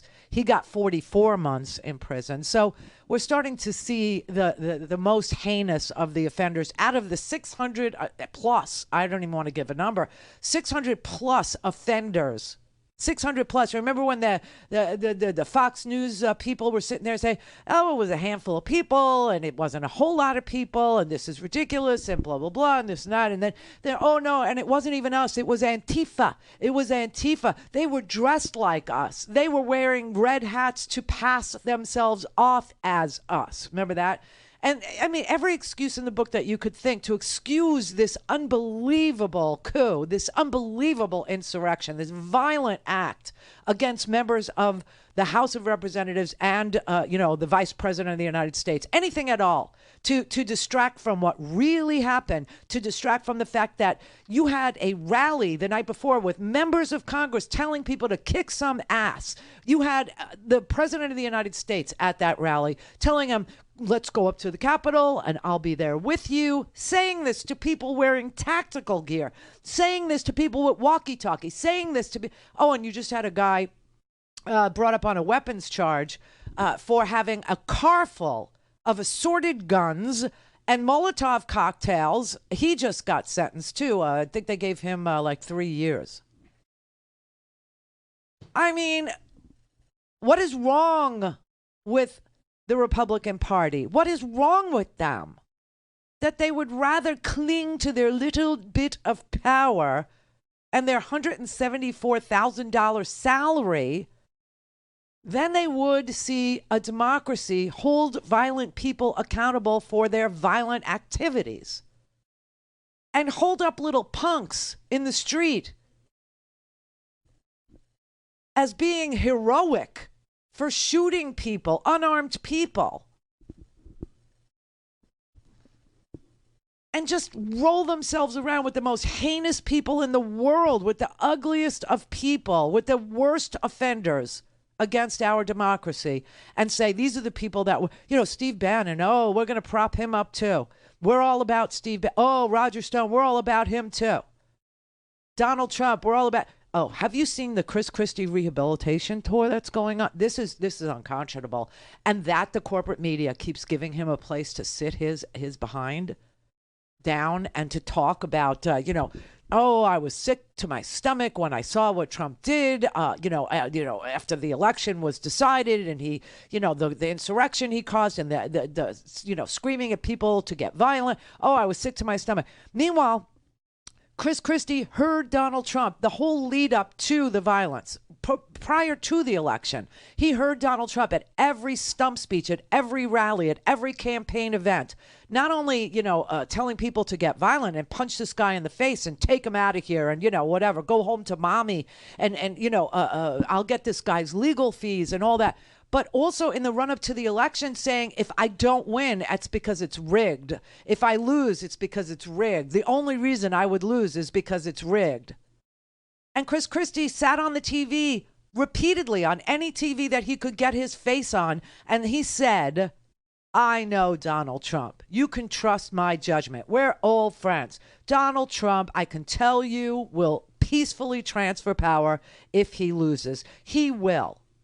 Because that's who he is. He's not some schmuck. He's not going to, gum up the works. He doesn't want to be that guy. Really. And now they're doing entire specials on Chris Christie on the CNN. I sit there and I said, why are we talking to Chris Christie? That was Donald Trump's bitch. You remember when Chris Christie first, surrendered to Donald Trump's candidacy and he looked like he was caught in a freaking hostage video? You remember that? And he went along with all of this. Now, all of a sudden, guess what?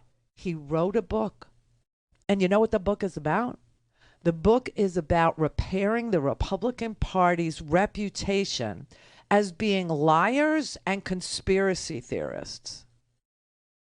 He's outraged, I tell you, outraged that the Republican Party has now post-election, become a party of conspiracy theorists like Michael Flynn and QAnon. And like Donald Trump wasn't, talking to audience members who were holding up the giant Q. And when he was asked about QAnon at a sit-down during the campaign, he said, I don't know anything about them. I have no idea what they are.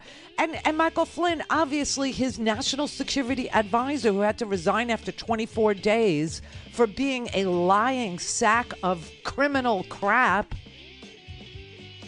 is making pledges of allegiance to this conspiracy theory group. And Chris Christie is saying, oh, now, post-election, Trump has become stomach churning. Post-election, I'm sickened by him.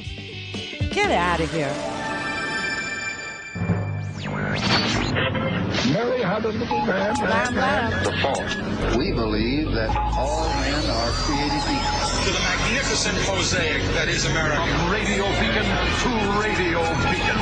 I have a dream today. Change has come to America. Believe me. Help is on the way. Knock, knock. Who's there? It's a figment of your imagination. Randi Rhodes Show. Turn up your mind. Flashback. If it doesn't go the president's way, you know him pretty well. Is he prepared to accept defeat? Yes. Yeah, I think he is. And I think a lot of the stuff you heard him saying at rallies indicate that. He understands where he is in this race. I think as with most candidates, as you get to the end here, and I think Don is right, I think the president's campaign is surging now. I think he's comfortable. I think he's a lot happier than he's been in a long time. You see that in these rallies that he's doing. This is his sweet spot. But he also is not going to be a guy who is going to sit there and not leave the White House. Okay, really? He will abide by the decision of the voters. I'm confident of that.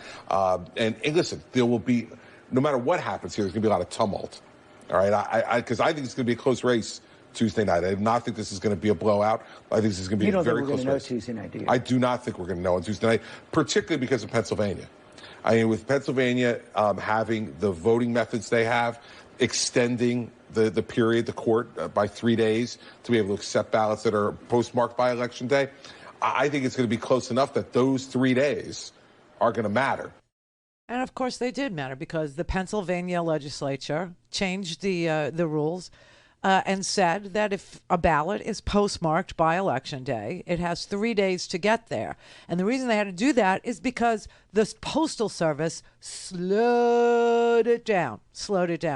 Oh, and for those of you who are following the story of the United States Postal Service, Biden might have a chance coming up here soon to save the Postal Service from Louis DeJoy smashing it to smithereens, because the problem is Joe Biden, the president of the United States, cannot directly fire the head of the United States Postal Service. He cannot directly fire Louis DeJoy.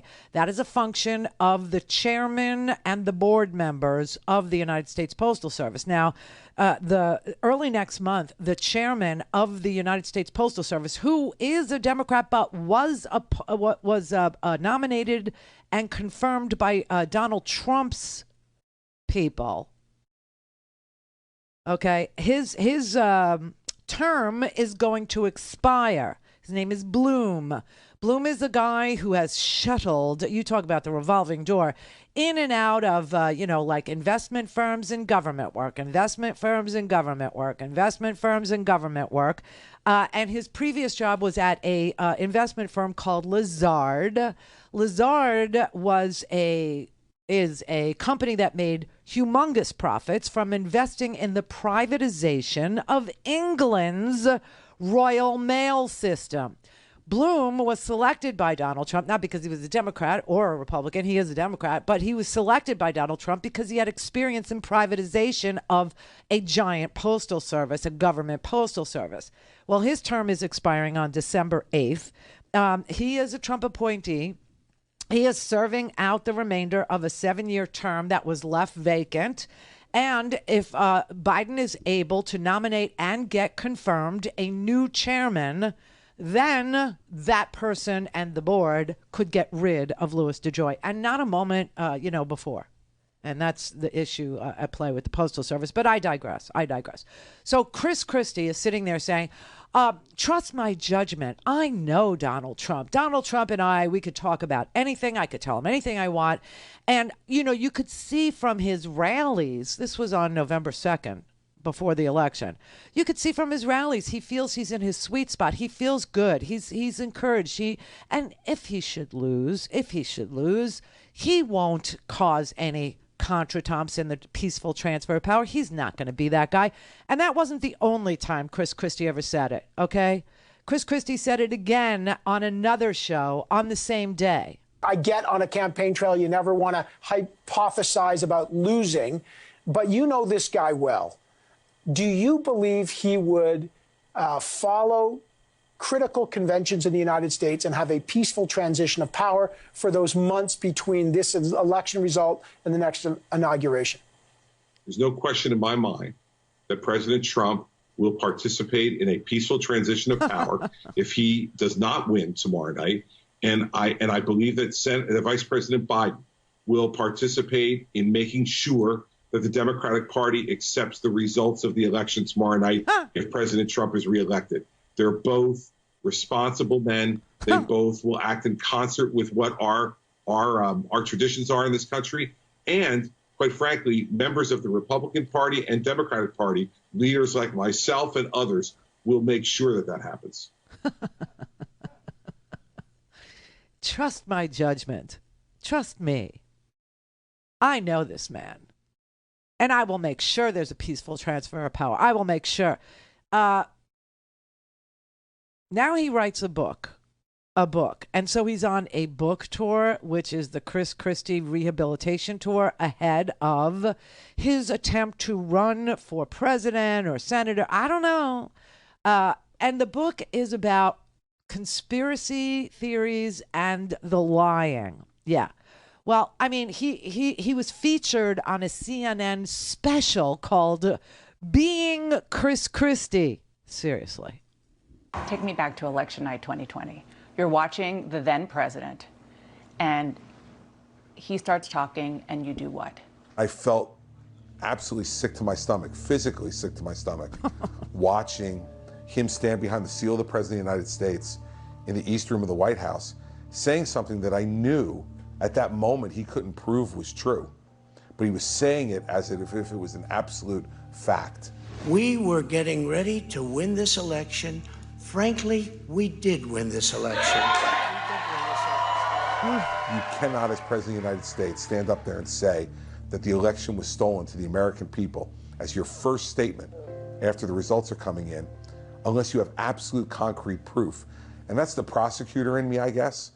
I felt like it was the obligation of even someone who had been a supporter of his, had voted for him earlier that day, to say what the truth was. And the truth was that at that moment, there was no evidence that the election was being stolen. And in fact, we're now, nearly a year later, and there still isn't any evidence that the election was stolen. And he's still saying it. Yes. Chris Christie is now the Republican Party's truth teller and the debunker of all things conspiratorial. Yes. This is Donald Trump's bitch, okay? This is who Chris Christie is. This is who Chris Christie was. Chris Christie saw all the rallies we saw, never once condemned Donald Trump's incitement of violence or incitement to violence or any of the things. He saw the night before the election. He saw the Save America rally. He saw Andy Biggs. He saw Mo Brooks. He saw Paul Gosar. He saw a backbencher from the Department of Justice, John Eastman, at that rally. We all did. We all did. Everybody knows what Donald Trump did the night before January 6th. Chris Christie said nothing about nothing. Nothing about nothing. And you know who called him out? The former Republican, Nicole Wallace. She actually said to him, you wrote a freaking book. Your book is about lies and conspiracy theories, and you never once mention Fox News. Now, if you run for office ever again, how are you going to treat Fox News? You ignore it in your book. You absolutely, heard everything we heard in the run-up to the election. We heard Donald Trump say multiple times that the only way he could lose is if the election is rigged. You heard Fox News say it. Tucker Carlson is sitting on there promoting fascism and white supremacy. And you know what Chris Christie said? I don't watch Tucker Carlson. I don't watch that. I don't watch it. So I didn't write about it because I didn't. Are you kidding me? You want to be the leader of the free world, or you want to be elected to an office of power, an office of, respect, an office of honor, and you have no idea the kind of bile that's being spewed over there by the lunatic fringe? He writes a book about conspiracy theories and lying and leaves out America's biggest giant cable news network of lies. He leaves it out. He leaves out the white supremacists and the fascism that they promote, the vax lies, the conspiracy theories about vaccines. All things Randi at RandiRhodes.com. Go for launch. Speaking truth to power, the Randi Rhodes Show. They're voting right now on the censure of Paul Gosar. Looks like... the two usual Republican suspects have voted to censure Gosar, right? So that'd be Adam Kinzinger and Liz Cheney. They voted yes to censure him. Every other Republican voted nay. It's perfectly fine to incite violence as long as it's a cartoon. And one Republican from Ohio actually voted present. There's a decisive person. Probably doesn't even know what he wants for dinner. All right, Brian in Illinois. Hi, Randy. Hi, Brian.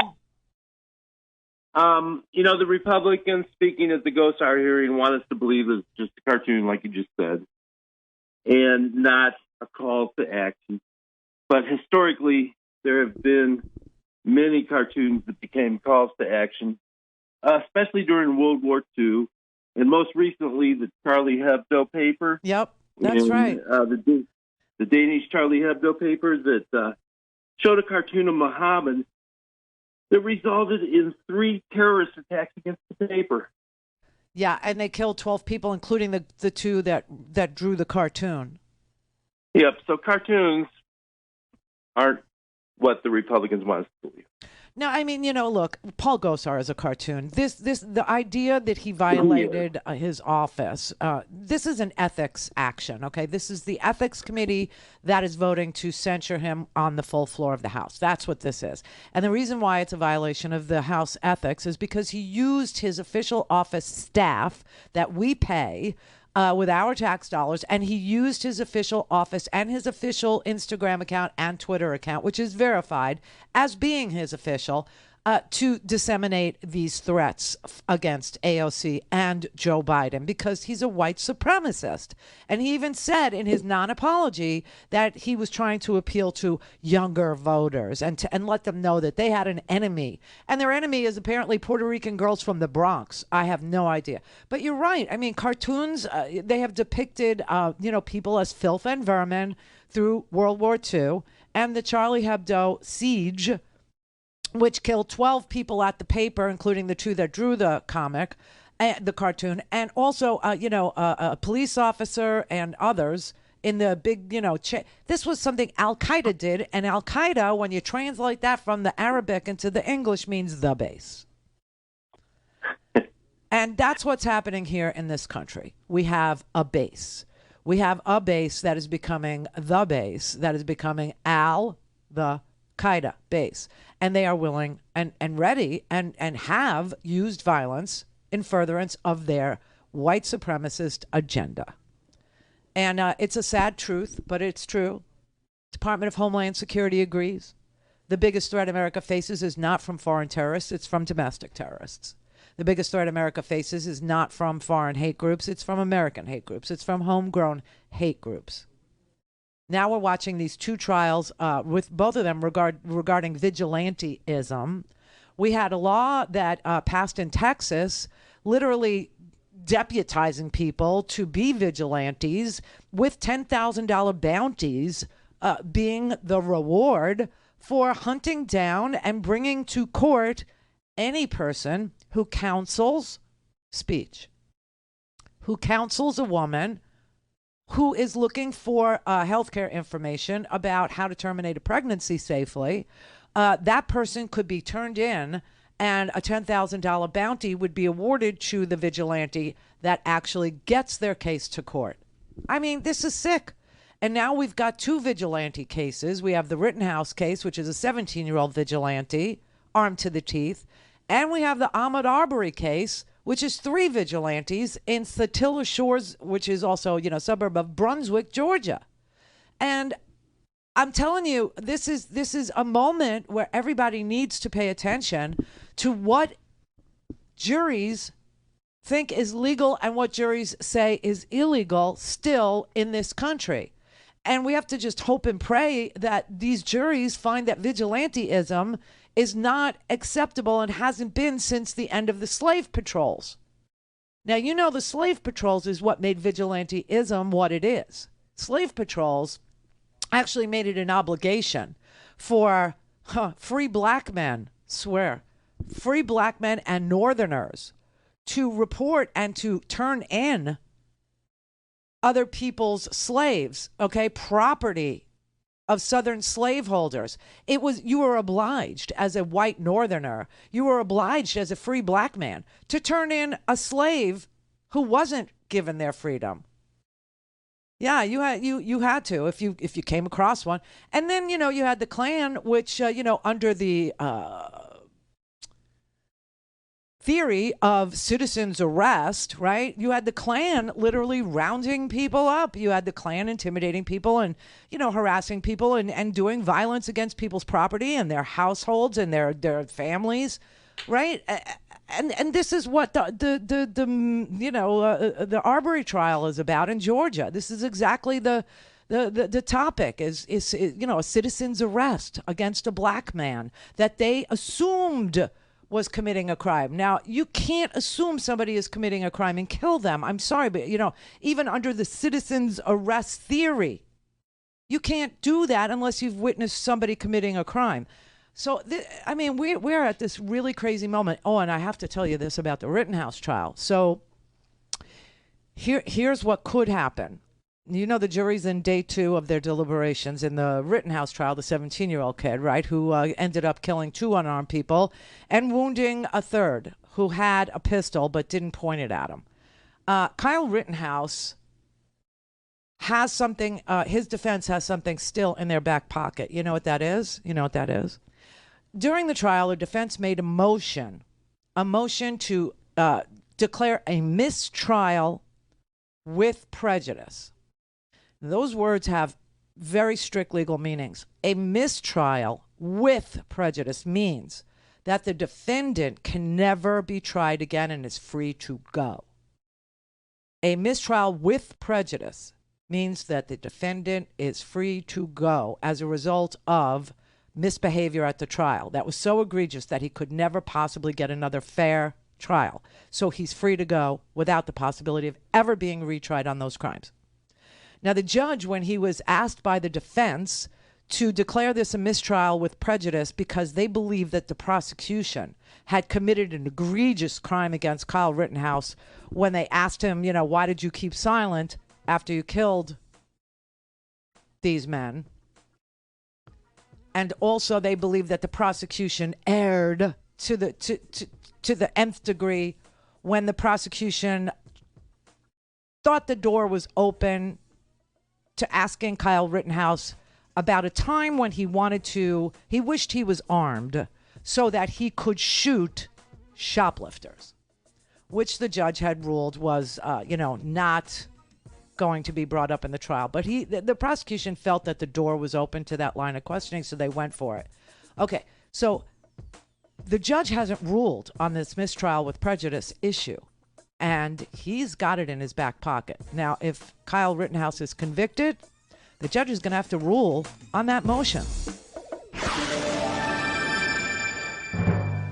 Call in, connect. To speak to Randi, call 561-270-3844. 561-270-3844. Okay, here's the fun part. This is the fun part, okay?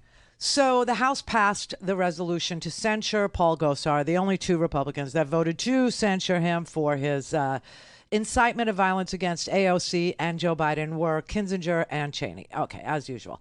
But now here comes the fun part about a censure. When the vote passes to censure a member of the House, then that member has to present themselves in the well of the House. They have to be in the well of the House for the public reading of the censure resolution. So Nancy Pelosi just announced that the public reading of the censure resolution shall take place and that Paul Gosar should report to the well of the House. I am waiting for him to report to the well of the House. Let me listen for a brief moment with you and see where we are. Hang on. They're normal people and they love their country and they love their neighbor. But when you get a platform, Mr. Trump had the largest platform in the world. He still has quite a large one. You start to realize, if you have a brain, that there are some fringe people out there, tiny percent, tiny fraction. But you need to really be careful of what you do and say, this is why the House has all these rules, the distinguished gentleman from Pennsylvania, because there was a time when Preston Paul, Brooks of South Carolina, Congressman, my buddy beat Paul Charles Sumner in Tacoma Paul on the Senate floor.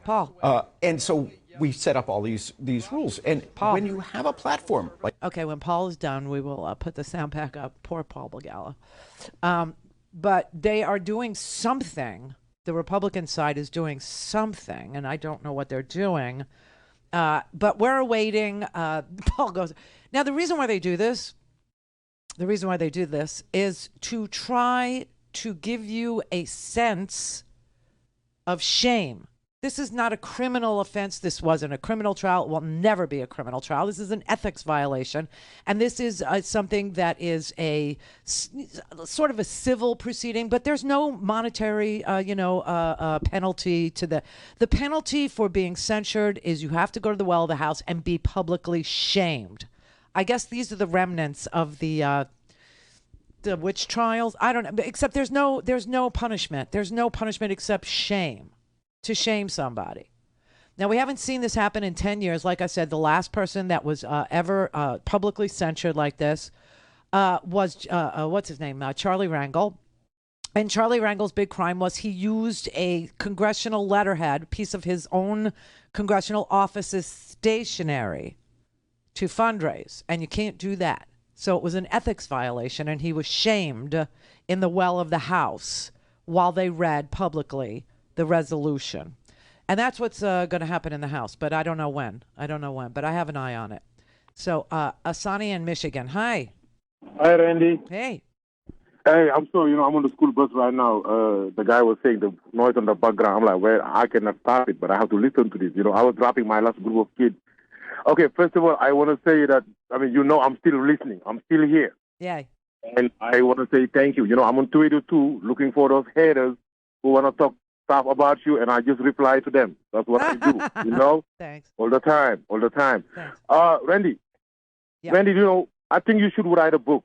Because, this Trump era, I don't want my kids to learn it from somebody else but you. Real talk. You should write a book. That way my kids can learn the truth. And also, I want to say thank you for making us look smart out there. I have a lot of friends here. No, real talk. I have a lot of friends in Michigan. The people who I work, they think I am so smart. Oh. Well, yeah, when we talk politics, when we talk politics, I give them the stuff that I get from you. Man, you know what? Asan is very smart. Thank you for making me look good. Thank you, Asani. You make me and look also good. the people in the chat room, you are all smart, all of them. I don't want to name them because I don't want to name nobody upset, but all of you guys, keep up the good work, and thank you, Randy. You're welcome. Much You're love. welcome. Thank you. Much love to you. All right, Gary in Fort Lauderdale. Wow, that was a really beautiful compliment you just got. He's a nice man. I've actually exchanged photographs with him, or he did with me. I've seen his family. He's from Senegal. He has a little house in Senegal. He also lives in Michigan. He maintains a little place in Senegal, takes his kids there to teach them about their heritage and history. He's a really fine human being. Sounds like it. Yeah, he is. Well, here's what this very average human being is learning from watching TV today, okay? Okay. That I can ignore the law. Yes. And ignore a subpoena and not face any consequences. I can hunt down, I can kill my fellow Americans, most likely get away with it. That you can threaten to kill a sitting member of the Congress and get away with it. And that you can organize an insurrection against the United States and definitely get away with it. And also, you can be against black pastors in public and still have a law license. I mean, some of the stuff that we've seen over the last week has really been hair-raising. You're right. But, I sit there and I listen to Bannon. He goes right back to his podcast, goes right back to inciting violence, goes right back to threatening people, making money. Making money, fundraising, becoming a martyr. They're all such victims. All these people that That's another thing, Randy. Gosar is going to wear this like a badge of honor. I think the people of Arizona have pretty much had it with him. I really do. I think even his district understands that he is deranged, that he is bad for the Republican Party, that, having these fringe characters is, hurting them in elections. They're losing the suburbs. They're losing women. They're losing family votes. I don't think that, people like that are going to really make it in the long run. I hope you're right. I know. This is as low as I've ever seen it. Yeah, it's pretty ugly. You're right. It is. It's definitely, we're at a critical moment where we have to choose the direction because we're at a crossroads. Let's put it that way, right? And we could go down the violent, crazy road and soothe the desires of about 10% of 30% of America, right? Which is about 3 million people. That's kind of what we're talking about here. That's like the total number of very, very, violent, hateful, white supremacist aligned Trumpists, right? It's about 3 million, best I can deduce. But if we see them unleashed, well, then one day we'll see 3 million Rittenhouse trials. We'll see 3 million trials of in Brunswick, Georgia. You'll see 3 million acts of incredible violence if they're unleashed. That's the problem. The problem isn't that they're the majority. The problem isn't that they're a close majority. The problem isn't that there's anything even, near the numbers of decent people in this country. That is not the issue. It's not anything that I believe is true. It's not anything that any polling says is true. It's not anything that the voting habits of Americans show is true. What the polling shows and what the activities show and what the Department of Homeland Security's reports show and what the percentages of people who believe in this craziness show is that there are about 3 million people in this country who are down with that program.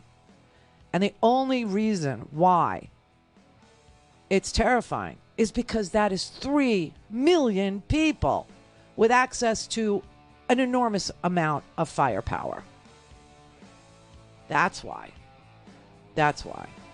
But it's also why the Republicans, are afraid of their base. This is the Randi Rhodes Show. To speak with Randi, dial 561-270-3844. That's 561-270-3844. The House will be in order. Will Representative Gosar present himself in the well? By its adoption of House Resolution 789, the House has resolved that Representative Paul Gosar of Arizona be censured. That Representative Paul Gosar forthwith present himself in the well of the House for the pronouncement of censure. That Representative Paul Gosar be censured with the public reading of this resolution by the Speaker, and that Representative Paul Gosar be and is hereby removed from the Committee on Natural Resources and the Committee on Oversight and Reform. I guess that was it. I thought she was supposed to read the resolution to him. Okay, well, he got removed from his committee is what happened there. Okay, that's good. That's done. Now they spend all morning. Now do voting rights. Okay. Now do voting rights. Jerry in Baltimore. Hey, Randi. Thanks for taking my call. Sure. This is worse than the episodes of House of Cards. Remember that on Netflix? Yeah. I mean, that president, well, granted, he got away with murder, but, he wasn't in cahoots with his own party. I mean, well, you did have 5 people die in this insurrection. That fact seems to just evade everybody's consciousness. I mean, the only death that matters to them is Ashley Babbitt, but she's also dead because of Donald Trump. She's dead because of Donald Trump's conspiracy theories. She's dead because Donald Trump lied and lied some more. So, but 5 people did die as a result of that insurrection. So, so far Trump has gotten away with murder too. Yeah, well, all I can say is Hollywood couldn't have come up with this script because they would have said, that's nuts. Nobody would believe it. I don't know. I think there'll be, plenty of Hollywood movies about Donald Trump. I just feel it.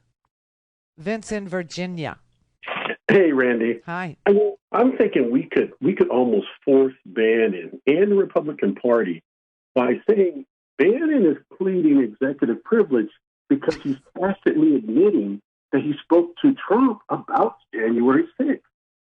I mean, isn't that kind of what he's saying? They want to bring him before the committee to talk about January 6th. He says, no, I can't do that because I have to plead executive privilege because I spoke to Trump about it. No. So here, Bannon is saying that he doesn't hold the privilege.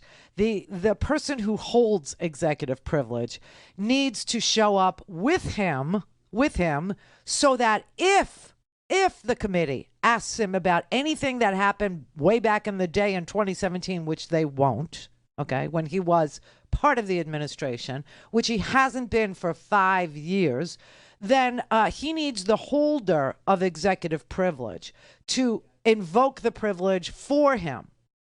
Otherwise, he won't show up. That is his case. That is what he's pleading. That is what he's saying.